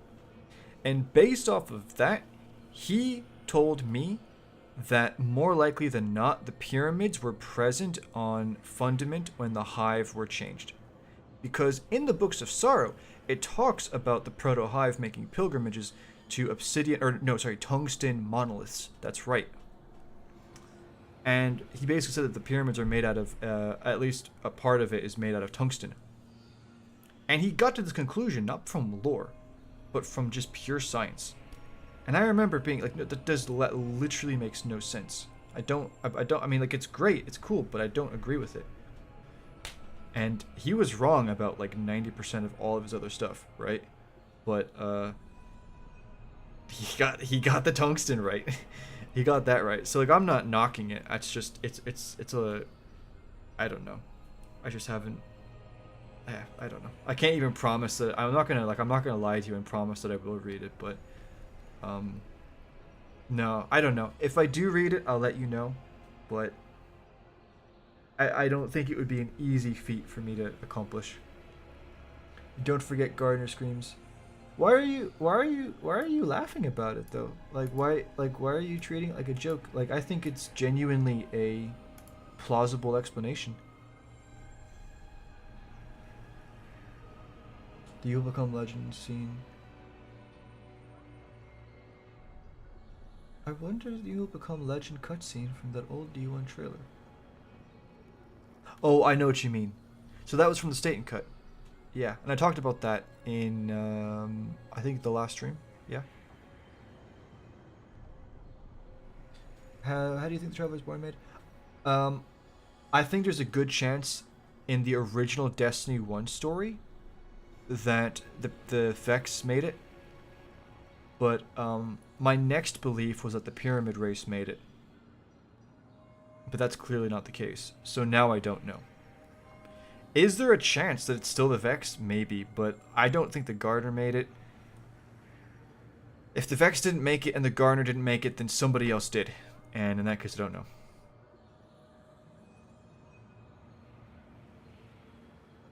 Yeah, I understand, Tailgate. That's okay, I just provided it because from what Jay said, it seemed like I wasn't being clear with my point, so I thought it would help. No, I thought you were very clear with your point. I actually thought you were very clear. It's just that I put my foundation on the lore and what has historically been the lore over the science stuff, if that makes sense. So I think when we're talking about what our opinions are and stuff, it's backed by different currencies.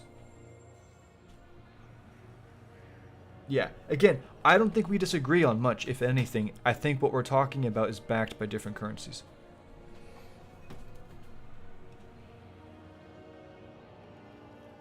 Alloy. Oh, Alloy, no, you did. You did. I did say it. I did say it. Oh, no. Oh, no, dude. I did say it. I told him to remind me. I was going to talk about something to do with the gardener screaming. And I specifically said, Alloy, I want you to remind me. Do not let me forget. And he has been consistently saying it. And I didn't pick it up on it. Oh my goodness. You see, it's my bedtime now, and so I'm fried. Oh no, I'd say so, Toadgate, for sure. Wicked Implement. Bro, I haven't done the Wicked Implement quest.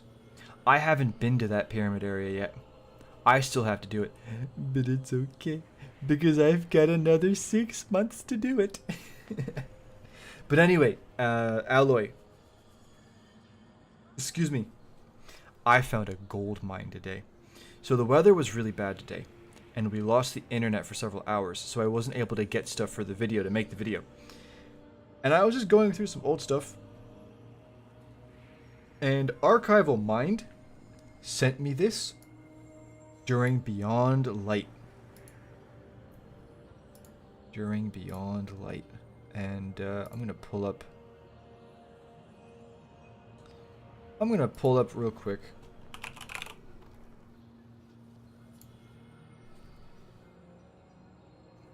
Okay.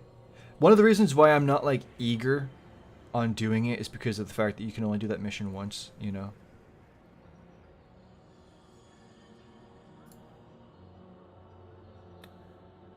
I'm loving it. Okay, here we go.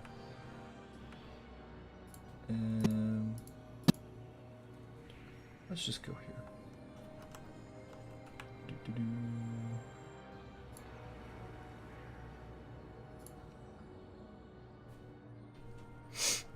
So, Alloy, when I first discovered the Whisper stuff in Beyond Light, and I talked about it and I shared it, Archival Mind sent me this, and I forgot, and I left it all these years. And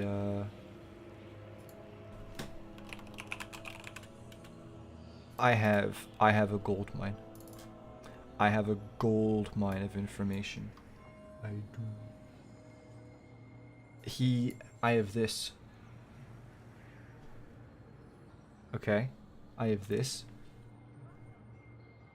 I'm gonna play this. So I'm gonna play this, guys. I'm gonna play this for you guys.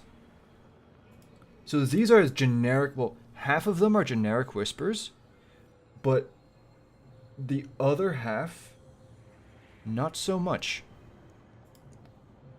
1 second.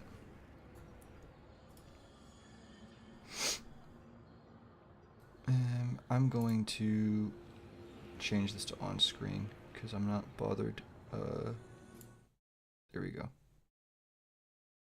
That way there's no whatever. And then I'm going to play this. This is what it sounds like normally.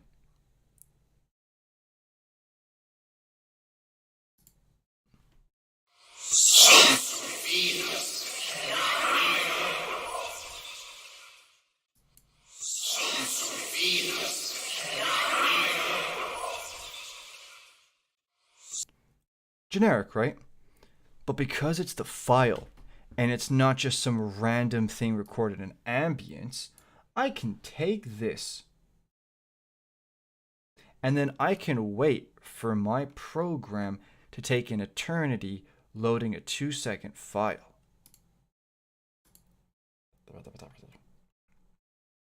Okay. Okay, we're gonna turn that down a little bit.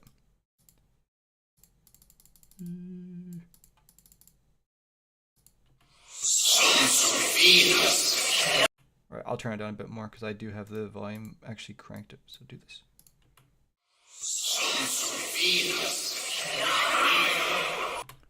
But now what I just do is I just go, and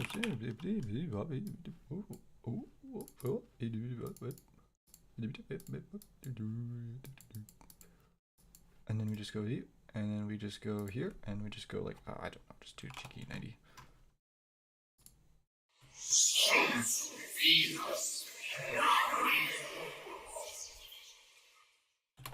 It's already like so much better. And like some of them are a bit more like up in the air. So this is, again, this is it, no edits. And I'll just, for your viewing or your auditory pleasure, I'll just do this.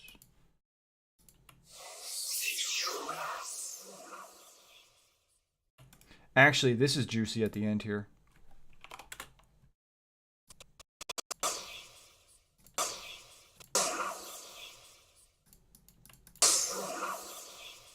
They're really quiet, but the after whisper is "and save us."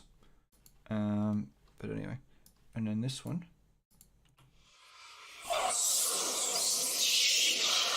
I have no idea what this one is, so I actually have no idea. They're speaking. What the frickety frackety are you doing, Jimmy? What the frickety frackety are you doing? Here we go. If I tried to repeat what they just said, my chair would start floating, so I'm not going to do that.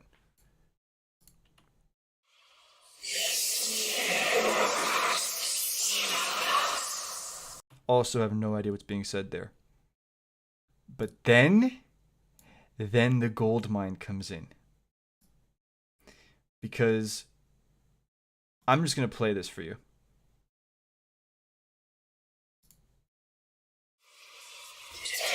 That's the wrong one. My bad. This one.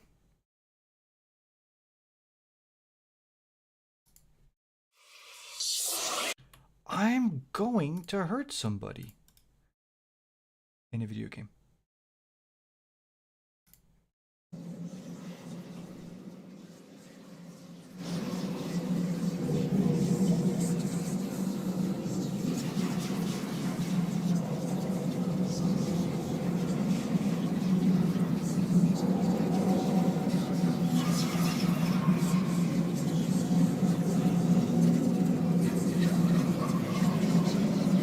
So I know what you're thinking. Okay, what's the big deal? What's so cool about that? Okay, yeah, okay. You're gonna put that into your thing, and you're gonna try and edit that. Okay, yeah, cool, yeah. But look what happens.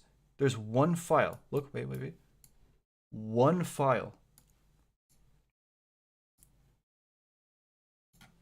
Boom. Boom.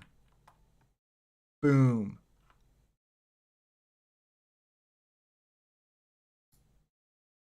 Boom. I can separate all of these different layers. All of these different layers.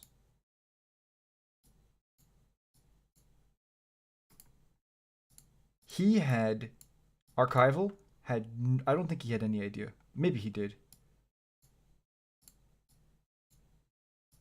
And let me tell you this, even if I tried to edit these properly, I wouldn't have any idea what I was doing because I was way worse at doing this back in the day.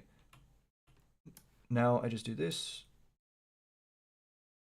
And I'm doing very bare bones edits at the moment. Like I'm not really digging into this at all. This is just very whatever.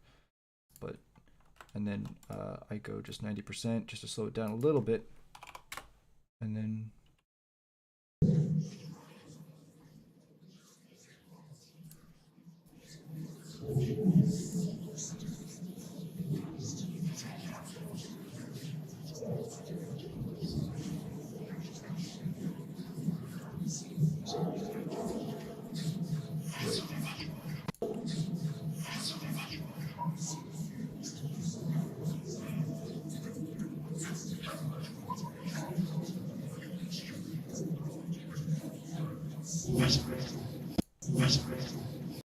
bruh.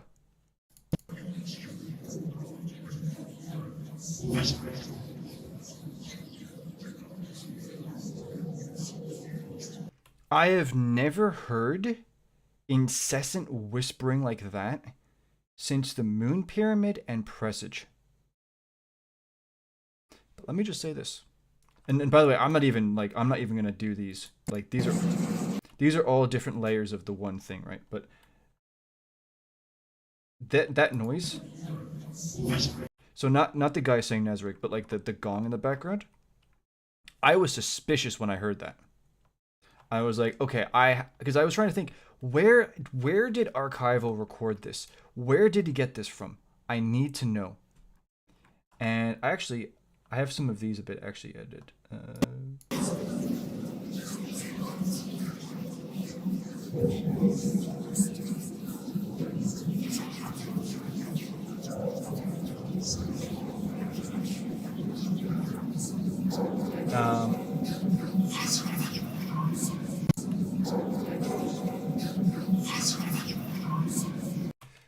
It's nuts. It's actually crazy. But anyway, there's the one.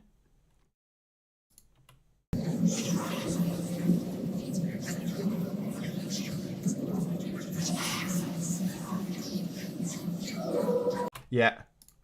Yep. Alloy, do you remember my video about the singing in the Black Garden? At the statue? Yeah? Listen to this.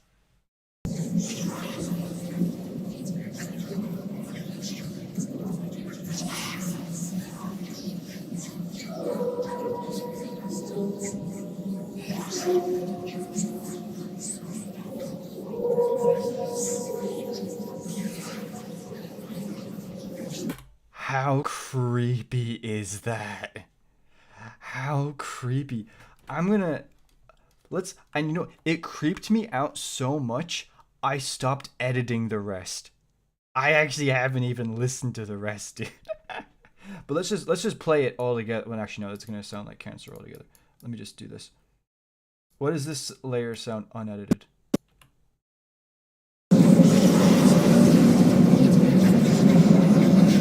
Like, how much worse does that sound? Like, that's like, it makes a big difference, right? Like, you can be like, oh yeah, like, dude, I don't hear anything. That sounds like rubbish. Okay, well, compare it to this. Yeah, have fun trying to figure out anything in that. But, is the...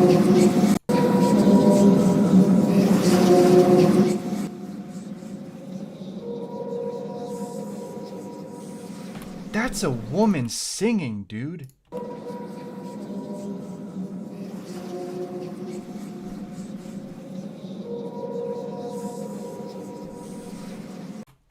That's the song from...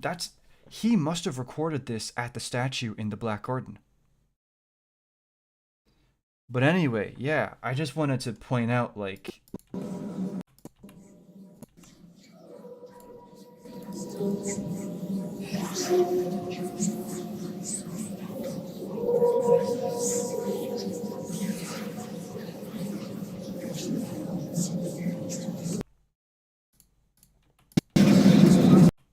Yeah, anyway. I'm actually way past my bedtime now. I'm in the danger territory. But I am kind of addicted to this. But like, for example, okay, let's just say, for example, right? I'm like, screw it. I want to dig as deep into this as possible.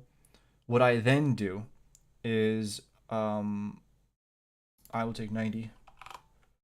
Just do that as baseline. We go here, audio, dialogue.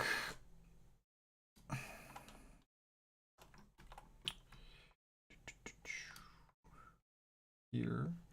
Or I'll just do this one. Sure, why not? Dialogue. And we will do repair. And reduce noise. It will really isolate the voices, but it muddies them. So like, I'll show you. Watch. So.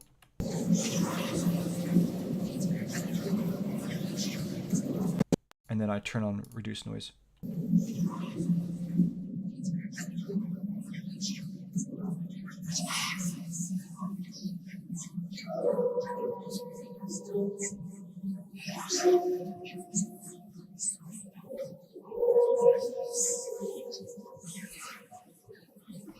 Yeah. But then I mess with these, and then, you know, I can do this, and then actually as well, right? We go here. This just, it will, if I put something here, it would apply an effect onto the entire line. So I go here, and then I can go bass. Let's turn the bass down.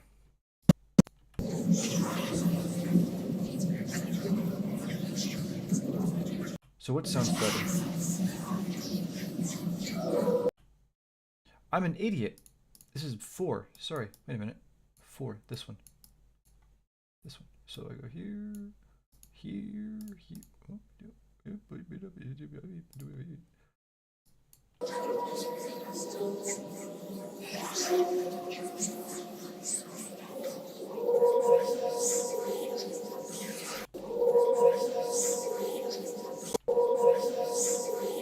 Yeah, that's a woman singing.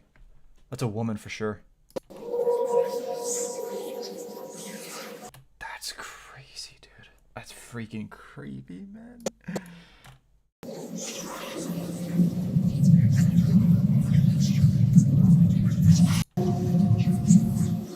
Okay, so lower bass is better for this, and then we take, because it's a whisper, it's a hissing sound, that will mean that treble, increasing it, is better.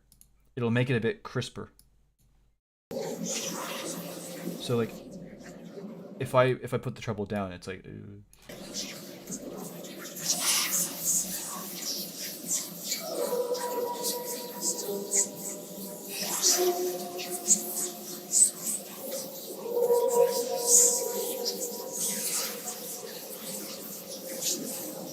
And then what I basically do is I listen and I pick up, like, for example, right? Like, I will go back to the OG. That's a song. That's not edited. I listen.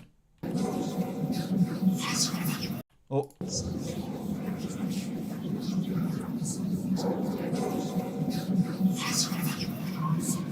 That's a phrase right there, right? So you have like the incessant whatever, and then there's a guy who's above them. So then I'll go.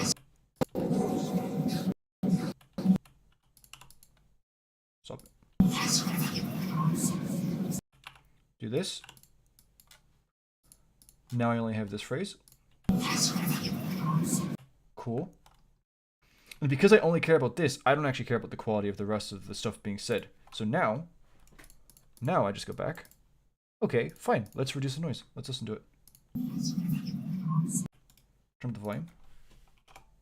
Well, actually, I don't need to because I can just come here. Oh, no, I have to. So... My bad.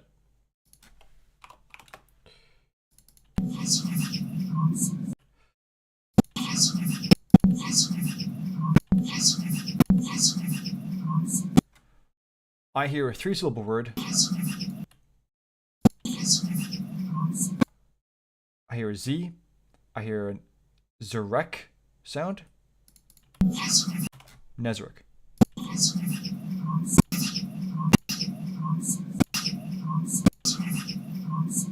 In my opinion, when I listen to this, I hear a Nazarek return to us. Now, the S at the end of us isn't actually audible, so like I'm just kind of guessing at that, but... And then if I really want to like do like way more, I can still do more. And I can just like, I can literally tear the audio apart to focus on one syllable or one consonant or one vowel to just like, again, double, triple, quadruple check if what I'm hearing is what I'm actually hearing. And it's a long process, but like that's what you do. But it all begins, you find the audio and then you just do the reverb and GG. Yeah, that's basically it. And that allows me to take, like, I can go, 1 second. This is the last thing that I will show you, and then I'm definitely going to bed. I shouldn't even be doing this, to be honest with you. I'm kind of just having fun. Like, I'm just kind of having fun. Do I have... What's a good one? Here we go. Perfect.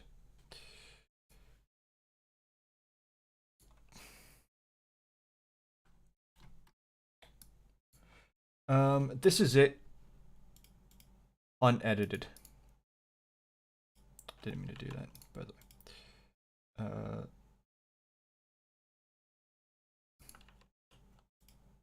Yeah, it's fine. Let me just scale to frame size. This is the Glycon unedited.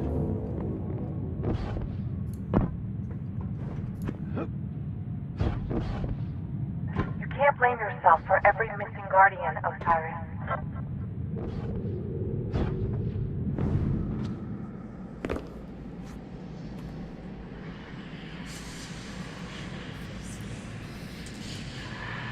I'll just get ahead of it.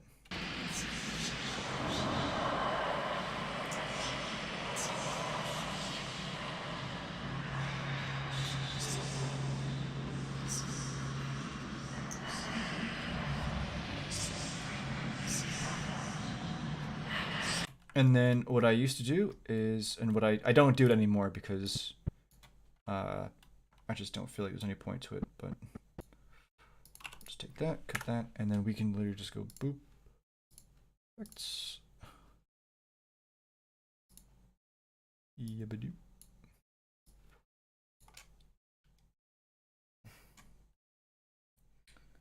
And just do this.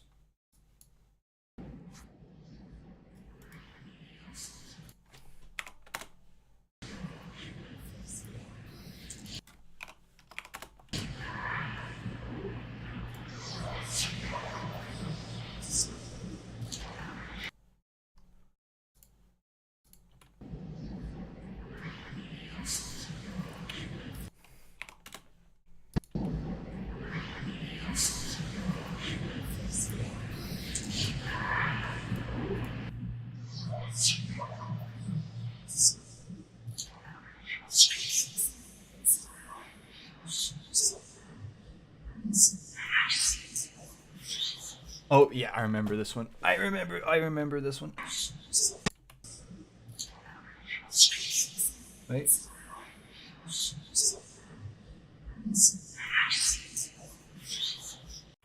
Right there. So I hear the phrase. Cut that. Cut that.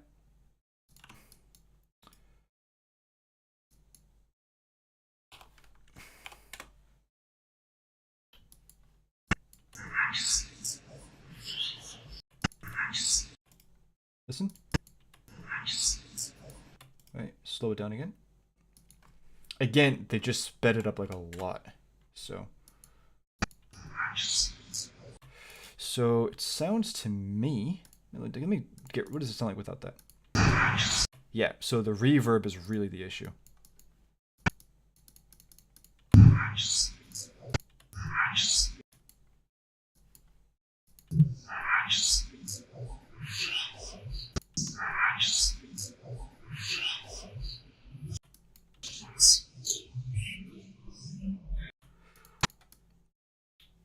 Now, I know what this first phrase is, but I'm trying to get that to be clear.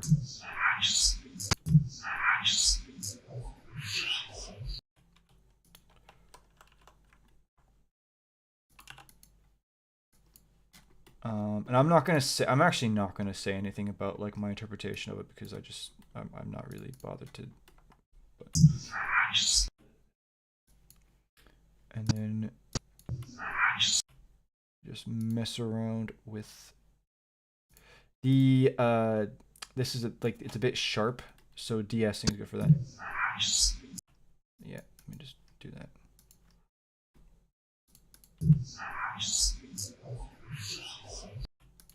Maybe a little less. It's actually, it can be slower, so we'll go 75.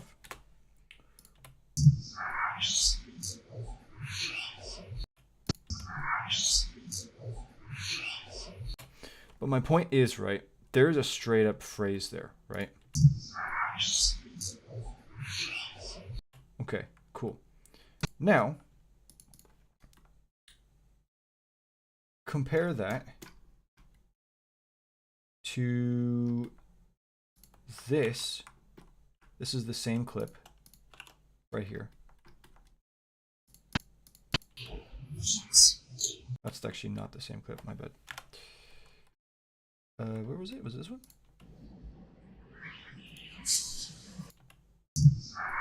This one.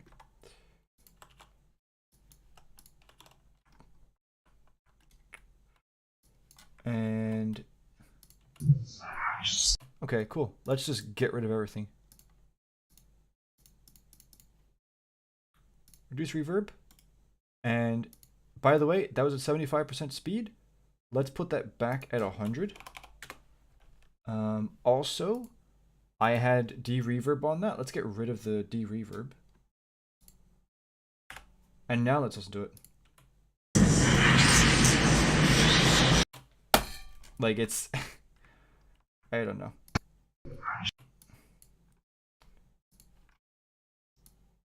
Let's play that again. Let's just do side by side.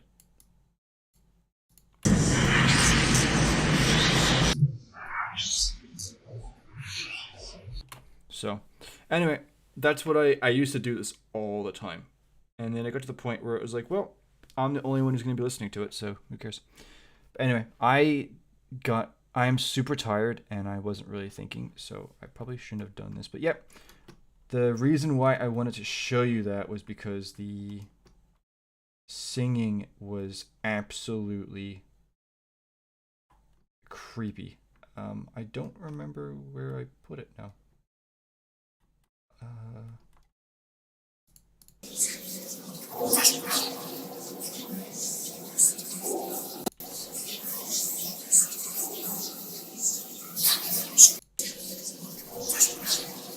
Oh, is this one here?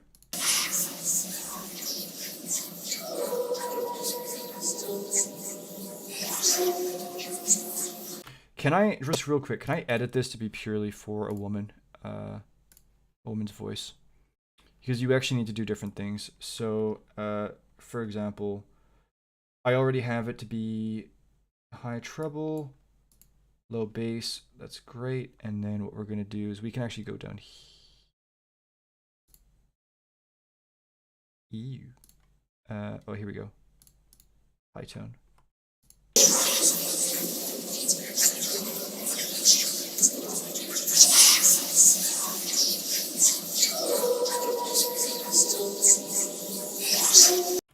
Let's reduce noise.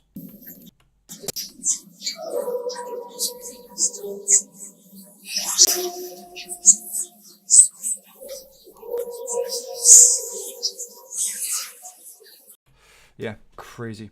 I want to know this. If the screaming is there too, I want to know if the singing is there as well. If I go there and I sit there for like a solid 20 minutes and I only hear the screaming and I don't hear the singing, that makes me wonder if they've actually swapped the two. And that would be nuts. But again, there's no way of knowing unless you actually go there and find out.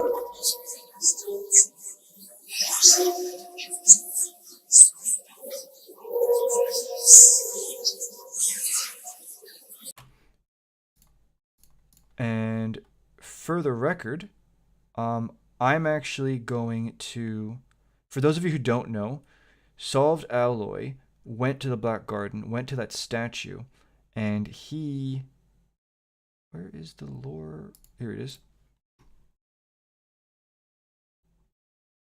This is what is playing now. And if you watch my videos, you would have heard it too, but I'm just scrolling. Here we go.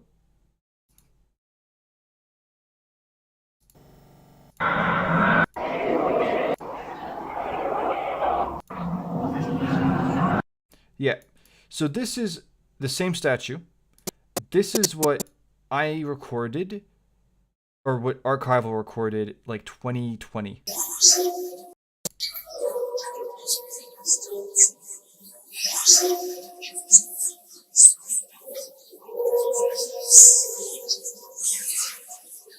Sounds pretty happy, pretty chill. This is what Solved Alloy recorded like a few weeks ago. Same place.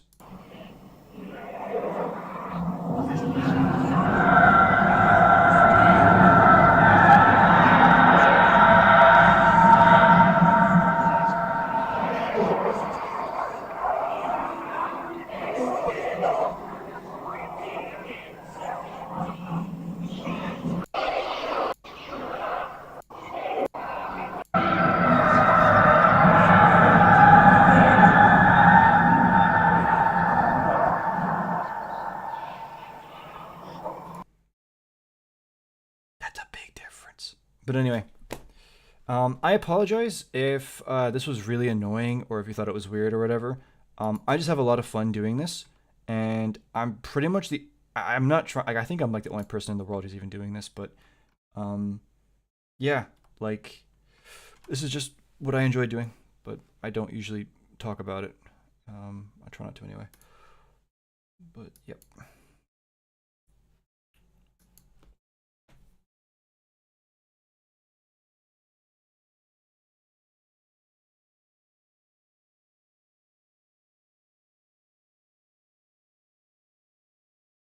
When will you, bro? What's the lurkers? The lurkers strike again. For the record, I want to be clear. I do not look at the view count. I do not know how many people are watching the stream at a given time. So when I see people talking, I just assume it's them. So if you are a lurker, you have complete stealth. I do not know that you are there. And so it happens every stream. Somebody's watching. I have no clue that they're there, and then bam, they just strike, and it's like, well, I didn't know you were here. So Vol, yeah, thank you for being here. I really appreciate that you were a part of the stream, and yeah, to answer your question, when will you tell us about the time you spoke with somebody at Bungie about the original concept of the Pyramid Verse from T1? I I can't, because I mean,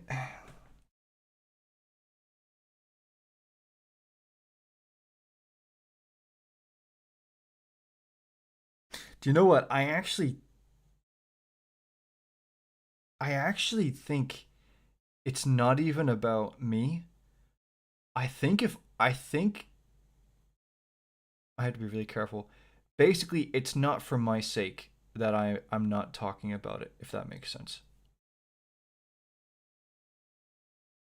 And I'm not trying to be like coy or super vague about it. I'm serious.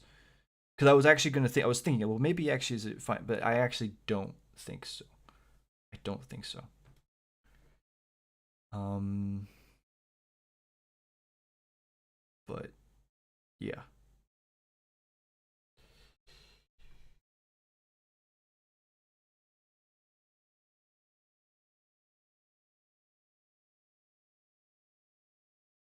I'm not sure if she did. I don't know. I'm not. That's the thing. I don't know if they did change it, which is why I would want to go there, sit there for 20 minutes, and just record and see which one plays, or if both play, or. And then as for listen, guys, as for like interpretations of what's being said, I'm not gonna. All I will say is this, and I'm very confident about this. Right? Um, it all is pretty much, for the most part, to do with the original story with Nezarek. Um, I would say that about like 80 to 90% of everything that I've recorded, it's usually conversations about them talking about Nezric and them trying to get him back. That's basically it. Um, yeah, they lost him and they won him back because he was effectively he was like and again, I'm not gonna go into it, but let's just say I'm very confident that when Eris touched the statue in the Shadowkeep cutscene, they talked to her. That's all I'm gonna say. And I think, yeah, it was a whole plot line, man. It was a whole story. It was a whole thing. Um, and they ditched it, completely ditched it. So it is what it is. And then currently, it Witch Queen era, it changes what they're talking about a good bit. But it's yeah, I'm not gonna go into it, but it doesn't matter. It doesn't matter, and it's just interpretations, and yeah. But anyway, it is way past my bedtime. Um, I do really got to go to bed, but yeah. Thank you for being here, everybody. We kind of had a bit of a depressing talk at the start about the Bungie stuff, but that being said, it was still a very valid conversation, and I think it was fine that it happened. And I think that we had a great conversation about the Veil video. I hope you enjoyed that video. And part 2 is going to come out sometime next week. And then, yeah, at the same time, tomorrow I will be working on the video about the original story of the collapse. And that will be either coming out tomorrow or Saturday. We'll see. I'm going to obviously be working on it tomorrow, but like I'm not going to kill myself if it doesn't get done. Because I do have other things I need to do tomorrow. But I'll do my best. But yeah. Yeah, true. Yeah, Alloy, if you could do some digging into that, I would really appreciate that and tell me what you find. Because that's a really interesting, like, I never glitched into it. I always recorded when I had beaten the raid, but I did Garden of Salvation very few times, and there's a timer. But I never once heard that screaming, ever. But I straight up recorded the singing that I showed you guys. I recorded that like it would play like in a loop. Like it would happen, and then after a while it would happen again. So can you imagine if they changed it, bro? Take care, Felix. Thank you for being here. Yeah, and Felix, I don't think you were here, but I will edit this VOD and then Tuesday's VOD tomorrow as well. And I'll put them on my second channel. Okay. That'd be great, Ally, actually. Yeah. I think I'll take you up on that. I just don't know when, but I will for sure. But yeah, I will talk to you guys later. That was nearly 3 hours, bro. Oh, my poor sleep schedule. But yeah, I'll talk to you guys later. Take